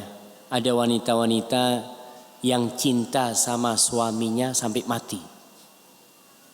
Kadangkala suaminya pas sakit-sakitan, dia ngomong, bang, abang jangan khawatir, anak gak akan kawin lagi. Iya, 6 bulan. Suaminya mati 6 bulan gak kawin dia. Setelah itu kawin lagi dia. Dia tepati janjinya. Ada wanita-wanita yang ingin menahan dirinya untuk menikah lagi, untuk tidak menikah lagi. Gak masalah kalau dia bisa sabar. Tapi kalau dia mau menikah lagi, tafadhol. Berkaitan dengan wanita yang dipisahkan dengan suaminya karena kematian. Maka kalau suaminya yang meninggal dahulu, kemudian wanita ini menikah lagi, maka wanita itu akan bersama suaminya yang terakhir kalau masuk surga. Memang ada riwayat, Syekh bin Utsaimin menjelaskan, ada riwayat yang mengatakan wanita itu berhak memilih nanti pada hari kiamat, dia mau sama suami yang mana. Tapi pendapat yang rajih, dia akan bersama suaminya yang terakhir. Oleh karena itu, istri-istri Rasulullah SAW tidak boleh dinikahi. Nggak boleh. Karena beliau adalah akan menjadi istri Nabi SAW di dunia dan di akhirat. Kan janda-janda istri Nabi. Mereka tetap akan bersama Nabi SAW karena beliau suami yang terakhir bagi mereka. Kalau yang meninggal itu istrinya, nggak ada masalah. Karena suami boleh nikah lebih dari satu. Sehingga nanti apabila masuk surga, itu mantan-mantan istrinya akan bersama dia. Insya Allah kalau masuk surga. Yang penting sekarang ini jamaah, bagaimana masuk surga. Pernah istri Abu Darda, dia ngomong sama suaminya Abu Darda, aku nggak kepingin, aku ingin bersamamu nanti di surga. Kata Abu Darda, kalau kau ingin bersamaku di surga, maka kau jangan kawin lagi. Kau harus sabar. Dan bersabar istrinya Abu Darda sampai mati dia nggak kawin lagi, dan semoga dikumpulkan bersama suaminya di surga Allah. Hada wallahu a'lam bissawab. Na'am. Assalamualaikum Ustadz. Ana seorang akhwat berumur 19 tahun dan dilamar oleh seorang ikhwan berumur 17 tahun. Ana baru tahu dan Ana baru kenal dengan dia, tapi dia langsung lamar Ana. Ikhwan tersebut sudah mampu mencari uang sendiri, tetapi masih duduk di kelas 1 SMA, sedangkan saya masih kuliah. Apakah boleh Ustadz? Bagaimana solusinya? Masya Allah, Masya Allah. Jamil jemaah, jamil, masya Allah. Iya, mudah-mudahan pertanyaan seperti ini semakin banyak jemaah. Yang pertama, ana nggak tahu ngelamarnya itu syar'i apa enggak. Kadang-kala ngelamarnya kepada itu perempuan, nggak boleh. Ngelamarnya itu kepada orang tuanya itu perempuan. Jadi kalau lelaki ini melamar, dia berangkat ke orang tuanya perempuan, bukan melamar perempuan itu kepada perempuan itu sendiri. Ini yang pertama. Jadi datang kepada wali itu perempuan. Utarakan. Kemudian kalau memang diterima, ahlan wa sahlan, tafadhal. Dan menikah muda itu butuh kesiapan. Bukan cuma harta. Kalau tadi disebutkan dia sudah bisa memberikan nafkah sendiri, bukan cuma itu. Karena banyak anak-anak muda ini yang belum siap bertanggung jawab. Dia masih dibiasakan hidup dibantu sama orang. Semua urusannya itu masih ada penopangnya. Ketika dia menikah, dia sendiri nantinya. Kemudian yang ketiga, dia harus siap mental. Bahwasanya rumah tangga itu nggak semuanya nyaman. Kita biasanya kalau mau menikah pikirnya semuanya enak. Banyak yang harus dihadapin ketika menikah. Lalu bagi akhwat ini lihat apakah agama dan akhlak ini ikhwan sudah baik apa belum. Kemudian ingat, ana ingin menasehati kepada yang udah ngaji ini, istilah ta'aruf akhirnya jadi pacaran tapi syar'i katanya. Gimana nanti? Iya Ustaz, ada ikhwan yang mau ta'aruf sama ana. Ajib. Kalau ada ikhwan yang mau melamar, tafadhol. Tapi kan perlu mengenal. Ya mengenalnya itu gak harus ketemu atau apa. Kalau memang mau melamar, fadhol datang ke rumah itu perempuan. Dan usahakan perempuan ini menjaga diri dari ikhwan-ikhwan yang kayak gitu. Artinya kalau dia memang serius, fadhol datang ke orang tua ana. Dan menikah muda itu sangat bagus sekali asalkan siap. Di negeri kita ini ada aturan. Aturannya kalau laki harus berapa umurnya? Berapa? 18. Perempuannya 16. Coba dilihat. Aturannya kalau misalnya 18, 16. Walaupun kemarin itu ada usaha untuk mengganti. Bagaimana wanita menikah umur 18, lakinya umur 21 tahun. Apa sih sebenarnya yang mereka inginkan? Kenapa harus ditunda ini pernikahan ini? Kalau mereka sudah mampu. Supaya kondom laris. Na'udzubillah min dzalik. Mereka meributkan pernikahan. Tapi ketika perzinaan seperti perayaan Valentine, itu yang namanya kondom dijual sama coklat. Dibagikan gratis. Kepada anak-anak SMA, kepada anak-anak kuliah. Tapi kalau mau kawin jangan. Kita harus hati-hati dengan yang seperti ini. Pernikahan dilarang, perzinaan disuruh. Maka kalau sudah mampu, bismillah nikah. Dan kalau memang kuliahnya tidak diharapkan, ada wanita-wanita yang kuliah nanti habis kuliah nggak jadi apa-apa, berhenti kuliah.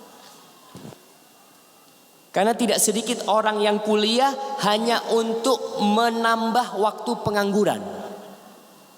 Dia tahu, anak banyak anak. Kamu nanti lulus kuliah jadi apa? Ya mungkin Ustaz, dagang Ustaz. Terus kuliah ngapain? Ya ngapain ya? Dia juga nggak tahu. Berapa banyak orang yang selesai kuliah, kerjaannya itu tidak nyambung sama ilmu kuliahnya. Pertanian, ini pertanian, kuliah pertanian, nanti kerjanya buka warung bakso. Apa hubungannya? Nggak usah, supaya baksonya organik. Jadi dia belajar pertanian selama 4 tahun supaya bisa bikin bakso organik umpamanya. Nggak nyambung. Jadi antum lihat, kalau memang perkuliahan antum itu menuju kepada sesuatu yang antum ingin berikan manfaat. Anak kuliah pertanian karena anak ingin memajukan pertanian di negeri ini. Anak ingin bertani ya. Fadhol. Banyak anak-anak lulusan pertanian tidak mau ke sawah. Maunya duduk di kantor. Sebagian kayak gitu. Maka lebih baik antum nggak perlulah cari pekerjaan langsung. Tapi kalau memang tuh perempuan ilmunya bermanfaat buat umat, dalam kondisi kuliahnya juga tidak ada madharat yang menyelisih syariat, tafadhol kuliahnya dilanjutkan. Yang SMA terus belajar dan mereka sudah menikah, ini sesuatu yang indah. Ana ingat, ana punya guru seorang profesor SMA kelas 1 menikah, laki ya, dan terus sampai menjadi profesor. Pernikahan tidak menghalangi seorang untuk kuliah, untuk belajar, untuk meraih karir, tidak, asalkan dia siap untuk menerima konsekuensi pernikahan tersebut. Hadza wallahu a'lam bissawab. Na'am. Baik Ustaz, pertanyaan berikutnya. Assalamualaikum warahmatullahi wabarakatuh. Ustaz, saya HIV positif karena masa lalu saya, tapi saya sudah taubat dan suami menerima. Apakah saya harus bilang kepada mertua saya, dan apakah Allah mengampuni dosa-dosa saya di masa lalu? Jazakallahu khairan. Allahu akbar jemaah. Ma'asyiral ikhwah rahimakumullah. Kullu bani Adam khata'. Kata Nabi alaihissalatu wassalam, semua anak Adam itu pasti berbuat dosa. Semuanya. Wa khairul khatta'in at-tawwabun. Namun sebaik-baiknya orang yang berbuat dosa adalah mereka yang kembali kepada Allah Subhanahu wa taala. Kalau dikatakan wanita ini berzina dahulu, masa lalu dia mungkin sehingga dia terjangkit HIV positif ya, maka dia harus kembali kepada Allah. Kalau suaminya menerima, alhamdulillah dia bersyukur kepada Allah Subhanahu wa taala. Maka dia harus kembali kepada Allah dan jangan takut kalau taubatnya taubatan nasuha. Allah mengatakan faulaika yubaddilullahu sayyiatihim hasanat. Orang-orang yang bertaubat dengan benar, dia beramal soleh kembali kepada Allah, maka semua dosanya itu bukan dihapuskan saja. Tapi dosanya, kalau dia memiliki dosa sepenuh bumi ini, sepenuh bumi itu dirubah jadi kebaikan buat dia. Jadi orang kalau tobat itu bukan nol jemaah. Dia bawa dosa 10, tobat 10 dosa jadi kebaikan. Dengan catatan dia benar-benar kembali kepada Allah Subhanahu wa taala. Masih ingat dengan kisah seorang sahabat yang berzina?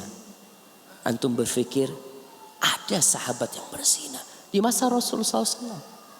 Imra'ah Ghamidiyah, sahabat itu enggak maksum. Sahabat itu bukan terjaga dari dosa, enggak. Tapi mereka ketika berbuat dosa, mereka kembali kepada Allah.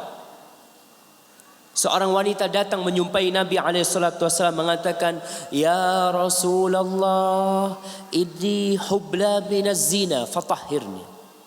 Wahai Rasul SAW, aku nih dalam kondisi hamil sekarang dari hasil zina, aku minta engkau menyucikan aku dari dosa zina.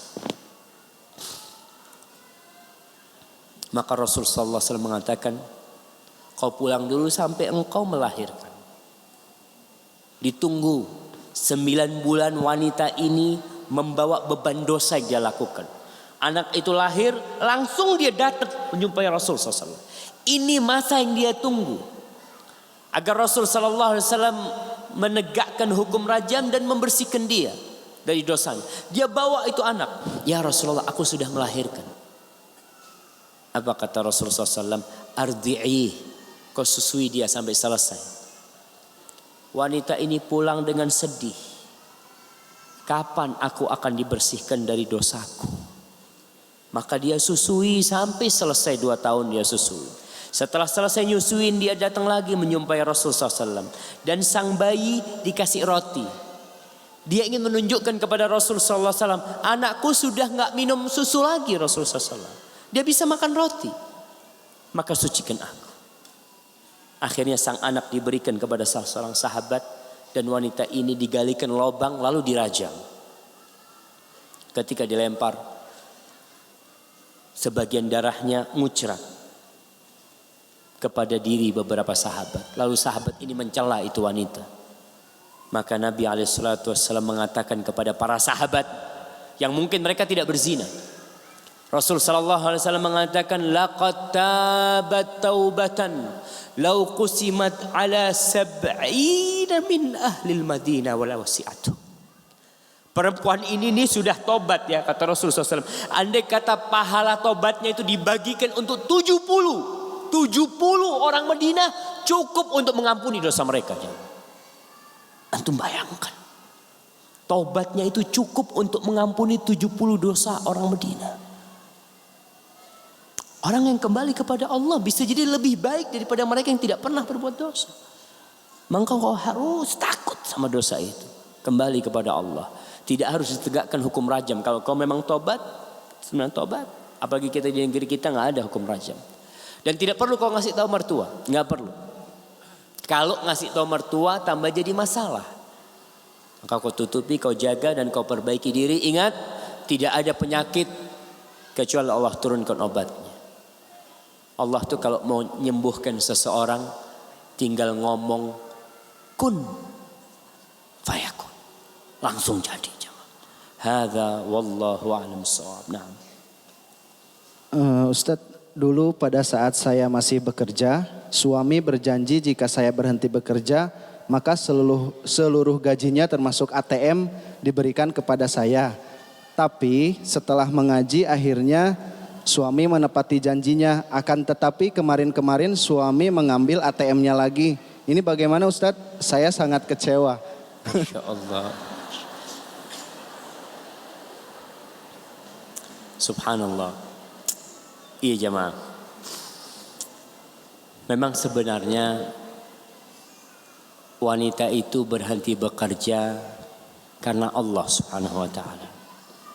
Bukan karena suaminya. Maksudnya kalau memang dia sudah punya anak, dia harus membesarkan anaknya, sedangkan suami sudah mencukupi dia, ya enggak perlulah dia kerja. Tapi kalau dia mau kerja, diizinkan suaminya, tafadhol. Selama kerjaannya sesuai dengan syariat. Karena wanita setelah menikah yang menjadi pemimpin adalah suami. Dia tidak boleh keluar, dia tidak boleh pergi, tidak boleh bekerja kecuali dengan izin suami. Kalau suami tidak mengizinkan nggak boleh. Tapi yang tadi yang terjadi itu suami karena baiknya suaminya. Seharusnya seorang istri, suaminya ngomong kau berhenti kerja. Istri harus mengatakan sami'na wa ata'na. Tapi banyak wanita sekarang nggak seperti itu. Kalau disuruh sama suaminya, aduh janganlah bang, aku masih ini, masih itu, banyak. Akhirnya suami yang baik terpaksa merayu istrinya. Salah satu rayuannya tadi tuh, kalau kau berhenti, semua gajiku, ATM-ku aku berikan kepadamu. Masya Allah jemaah. Dan kita diperintahkan untuk menepati janji. Ternyata setelah ngaji, setelah ngerti suaminya, akhirnya ATM-nya diambil lagi. Apa yang dilakukan oleh seorang wanita? Ya sabarlah kau. Kau terima hal itu. Kenapa? Karena suami ini punya kewajiban bukan hanya kepada istrinya. Dia itu harus berbakti sama ibu bapaknya. Dia harus ngasih. Kalau ATM-nya dipegang, kadang-kala dia mau ngasih ibunya, harus izin sama istrinya. Masa dia ketika mau ngasih ibunya harus bikin proposal sama istrinya? Anu Afan, tolong duitnya dikeluarin. Ngasih ibu, ya enggak lah. Jadi istri jangan kecewa, tapi dukung suaminya. Asalkan tadi benar. Karena memang ada suami-suami ini yang gimana ya? Yang kurang benar. Jadi duitnya itu untuk kemaksiatan. Nauzubillah min dzalik. Ada suami-suami yang tidak bisa ngatur keuangan, ada boros suami itu. Kadang-kala pulang ke rumah kalau nggak dipegang, nggak dibantu sama istrinya, duit itu akhirnya nggak cukup. Umpamanya seperti itu. Maka istri menghadapi suami ini, lihat kondisi suaminya, dan kalau memang suaminya dengan pegang ATM itu nggak ada masalah dan istri dicukupin. Yang penting istri itu dicukupin. Alhamdulillah, terimalah hal itu dan engkau kalau bersabar semuanya jadi indah jemaah. Tapi kalau istri itu kecewa setiap melihat suaminya datang, itu perasaannya nggak nyaman. Dan ana rasakan sendiri. Ketika kita masuk rumah, ana masuk rumah umpamanya ada sesuatu sama istri, ada salah paham atau apa, itu makan nggak enak. Makan di depan istri itu nggak enak. Seakan-akan ada dinding yang membatasi hubungan kita sama dia. Padahal kita nih dua ruh dalam satu jasad sebenarnya jamaah. Maka saling mendukunglah suami istri ini. Apa yang baik buat suaminya dukung, suami apa yang baik buat istrinya dukung, dan saling mendoakan. Allah akan mengabulkan doa kita. Hadza wallahu a'lam bissawab. Bismillah Ustadz, bolehkah wanita yang sudah berhijab syar'i atau berniqab memposting foto di medsos dengan tujuan ingin mencontohkan kepada muslimah yang belum berhijab bahwa berhijab syar'i itu tidak ribet dan masih bisa beraktivitas? Allahu Akbar jamaah ya. Iya, bagi wanita-wanita ini, satu, perempuan ini ingin dipuji. Perempuan itu suka disanjung. Perempuan itu suka dengan penampilan. Makanya kadang-kala yang sudah hijab syar'i pun masih selfie, masih macam-macam. Allahu Akbar. Anak kadang-kala ngelihat ibu-ibu, mudah-mudahan Allah memberikan petunjuk kepada mereka. Nasihat anak, hindari. Kalau engkau ingin memberikan nasihat bahwasanya hijab syar'i itu tidak ribet, ya mungkin dengan cara yang lain. Tapi kalau mereka harus menikmati, karena di medsos ini yang menikmati bukan cuma akhwat. Yang menikmati medsos itu semua kalangan. Kalau hanya untuk akhwat mungkin ahlan wa sahlan. Tapi kalau untuk semuanya enggak mungkin jamaah. Sehingga wajahnya dinikmatin oleh orang-orang seperti itu. Dan untuk urusan foto ini sudah menjadi balak dan petaka yang mungkin kita sulit menghindar. Maka kita berusaha untuk mengurangi. Kadang-kala anak sering dikasih nasihat sama Ustadz anak, Ustadz Arifin Badri, beliau rektor di STDI. Beliau mengingatkan, Syafiq, ente itu kata dia bukan artis ya. Jangan sana foto, sini foto, sana foto. Jangan memang jamaah. Kadang-kala jamaah datang minta foto, sana minta foto. Apa sih gunanya? Ada gunanya? Kadang-kala ustadznya ceramah pada sibuk dengan kameranya. Sedang kajian Ustadz Syafiq. Janganlah, usahakan untuk dihindari hal itu. Kalau memang foto itu baik, niscaya akan ada foto para sahabat Nabi dan foto orang-orang terdahulu. Yang kalau memang itu bisa memotivasi kita untuk beramal, enggak, ternyata enggak, yang ada malah jadi fitnah nantinya. Maka nasihat ana, hindari seperlunya. Kalau memang diperlukan tafadhol, kalau enggak jangan. Tapi untuk akhwat jangan diupload lagi lah foto-foto dia. Jangan. Akhwat ini ingin menunjukkan dia itu eksis. Aku itu ada gitu. Ini buktinya. Maka hindari yang seperti itu, lakukan hal-hal yang bermanfaat. Jadilah gelas-gelas kaca yang seperti Sofia, yang seperti Khadijah, yang seperti Aisyah dan seperti Fatimah, yang ketika mati yang dikenang bukan fotonya, tapi yang dikenang adalah amal kebajikannya. Kita nggak pernah melihat wajah Aisyah, tapi sampai hari ini kita cerita tentang Aisyah. Nggak ada yang tahu dengan Asiyah binti Muzahim, dengan istrinya Fir'aun. Siapa yang tahu wajahnya dia itu gimana sih?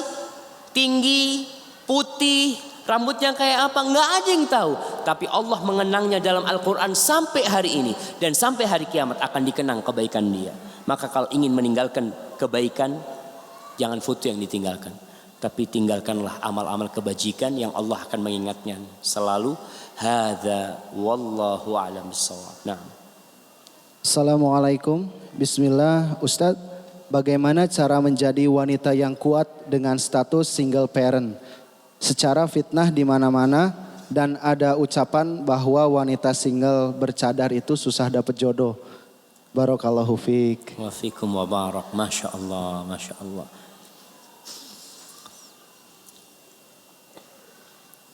Single parent ini janda dia. Nah, suatu hari ana ngobrol sama istri ana. Jadi ada keluarga yang jadi janda. Ada dua yang jadi janda di antara kerabat kita. Istri ana ngomong, Bang, ana lihat gayanya janda itu lain, Bang. Jadi kalau jadi janda itu gayanya lain. Nggak kayak dulu, jadi lebih genit lah. Kayak gitu. Makanya kadangkala kalau ada janda di sebuah tempat itu, para istri ketakutan. Takut suaminya baik hati menikahi itu janda. Jadi pada ketakutan seperti itu. Sebenarnya kalau kita melihat kondisi para sahabat Nabi, setiap ada janda langsung laku itu janda. Kenapa? Kesian itu janda memang. Siapa yang ngurusin dia? Rasul sallallahu alaihi wasallam menikah sama gadis cuma satu, sisanya janda. Abu Bakar As-Siddiq beristrinya banyak, rata-rata janda. Ali bin Abi Thalib, Umar bin Khattab, Utsman bin Affan, rata-rata istrinya janda. Utsman menikahi jandanya Abu Bakar As-Siddiq. Pokok ada janda, berusaha bagaimana masyarakat ini dijaga. Karena ketika banyak janda di suatu kampung, naudzubillah min dzalik ya man. Antum kalau lihat kebanyakan yang jadi pelacur itu janda-janda. Statusnya. Karena nggak ada yang ngurusin dia. Bapaknya nggak mau nerima. Kemudian dia akhirnya lebih bebas, hidup di kos-kosan. Jadi apa? Wallahu a'lam bishawab. Maka kita kembali kepada pertanyaan, bagaimana supaya kuat yang menjadi wanita single parent? Jangan takut. Antum yang bertanya khususnya pulang dari sini baca surat At-Tolaq. Janda itu ada janda mati, ada janda cerai. Artinya dia jadi janda. Allah mengatakan, "Wa man yattaqillah yaj'al lahu makhraja." Barang siapa yang bertakwa kepada Allah, pasti Allah kasih jalan keluar. Siapa yang ngasih jalan keluar? Allah. Bukan ustaz. Banyak kita kadang-kala kayaknya fulan bisa bantu anak, kayaknya fulan bisa bantu anak. Ingat, Allah yang akan kasih jalan keluar. Catatannya bertakwa. Wa yarzuqhu min haitsu la yahtasib. Rizki Allah yang nanggung. Allah akan kasih rizki dari arah yang tidak disangka-sangka. Wallah jamaah, kalau bicara rizki yang tidak disangka-sangka, ana pernah mendapatkan rizki yang dalam hidup ana ya bukan karena ketakwaan ana, tapi karena ada sesuatu yang memang dibutuhkan. Ana ingin memberikan sesuatu buat orang tua. Ada urusan, ana ngomong ana nggak punya duit, tapi yang adalah subhanallah ada orang yang kasih sama ana duit, ngasih cek. Ana lihat, buat siapa bang? Buat ustadz lah. Ana nggak dalam bayangan. Mudah-mudahan ini termasuk menceritakan nikmat yang Allah berikan. Allah mengatakan fa'amma bi ni'mati rabbika fahaddits. Adapun nikmat yang Allah berikan kepadamu kau ceritakan, jangan kau sembunyikan. Ana lihat cek itu isinya 100 juta. Ana ngomong subhanallah. Kayaknya ini memang buat orang tua. Ketika kita niat baik buat orang, Allah akan kasih rezeki. Maka antum tidak perlu takut dalam kehidupan ini. Wa man yattaqillah yaj'al lahu makhrajan wa yarzuqhu min haitsu la yahtasib. Itu pasti itu jemaah. Kita masih enggak yakin.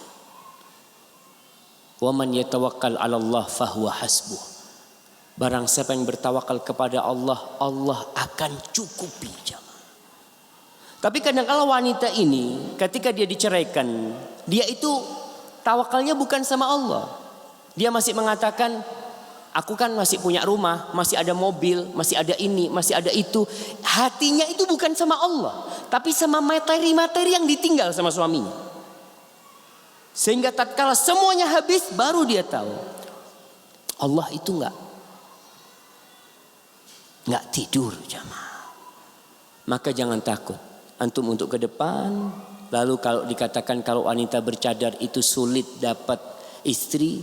Iya, ada orang mengatakan kau buka cadarmu supaya ada orang yang melihat engkau kemudian mungkin suka sama dirimu. Enggak seperti itu. Kau hanya perlu menjalin relasi. Kau perlu menjalin relasi dengan orang-orang yang baik, dengan teman-teman, dan jaga ketakwaanmu. Barang siapa yang memperbaiki hubungan dia sama Allah, Allah akan memperbaiki hubungan dia dengan manusia yang lainnya. Allah kasih jalan keluar. Dan jangan takut. Orang yang bersandar kepada Allah, Allah cukupi semuanya. Hadza wallahu a'lam bissawab. Nah. Assalamualaikum warahmatullahi wabarakatuh Ustaz. Ana sedang disayang oleh Allah. Ana diberi ujian. Suami Ana berselingkuh dan sekarang selingkuhannya sedang hamil. Apa yang harus Ana lakukan? Ana sudah tidak sanggup Ustaz. Allahu Akbar. Ana harus dijelaskan tentang selingkuh ini maksudnya apa? Apakah dia menikah lagi sehingga istrinya itu hamil? Nikahnya siri umpamanya. Atau dia berzina. Wallahu a'lam bishawab. Karena bahasa selingkuh ini kalau bicara nikah yang tidak tercatat di pemerintah itu memang jadinya nanti secara hukum terhitung selingkuh. Tapi dalam Islam dia menikah dan itu halal bagi dia. Halal bagi dia. Maka kalau dilihat ujiannya itu apakah suaminya menikah lagi atau suami selingkuh, wallahu alam, ana nggak bisa jawab. Tapi kalau suaminya berzina dan tidak menikah, ya na'udzubillah min dzalik. Tapi husnudzon lah. Mungkin suaminya telah menikah dengan itu wanita dan tanya sama suaminya. Lalu dia dapat informasi suaminya selingkuh dari siapa? Kadangkala berita sekarang ini gampang tersebar. Berita gampang tersebar tapi ternyata bohong. Akhirnya rumah tangga jadi kacau. Maka tolong dicek kebenaran berita itu sampai dia tahu suaminya hamil, istrinya selingkuhannya itu hamil sampai punya anak. Kalau bisa duduk sama suaminya. Kalau bisa dipertahankan rumah tangganya, bisa diperbaiki suaminya, dipertahankan. Kalau enggak, kau berhak untuk minta cerai. Kalau memang dia berzina. Tapi kalau dia menikah siri umpamanya sampai punya anak nantinya, itu halal bagi dia. Dan kau tidak harus minta cerai dalam kondisi seperti ini. Hadza wallahu a'lam bissawab. Nah. Oh, sudah selesai jamaah. Barakallahu fikum. Itu mungkin yang mengakhiri kajian kita pada kesempatan kali ini. Tapi bagi para gelas-gelas kaca, para wanita yang di balik tabir ini, tetaplah engkau beramal di balik tabir. Gak perlu ada orang yang mengetahui, tapi Allah akan mengenangmu. Jangan berpikir wanita-wanita yang selalu muncul di televisi, wanita-wanita yang selalu tampil di koran di mana, itulah wanita-wanita yang baik. Enggak. Tapi wanita-wanita baik adalah yang mempersiapkan generasi masa depan, yang menjaga dirinya, yang dia menjaga umat dan masyarakat agar mereka menjadi orang-orang yang senantiasa dicintai oleh Allah Subhanahu wa taala. Hadza wallahu a'lam bissawab. Apabila yang ana sampaikan benar itu dari Allah Subhanahu wa taala, kalau ada yang salah dan kurang berkenan, ana mohon maaf. Itu kesalahan dari ana, Allah dan Rasulnya terbebaskan dari kesalahan itu. Subhanakallahumma wa bihamdika asyhadu an la ilaha illa anta astaghfiruka wa atubu ilaik. Assalamualaikum warahmatullahi wabarakatuh.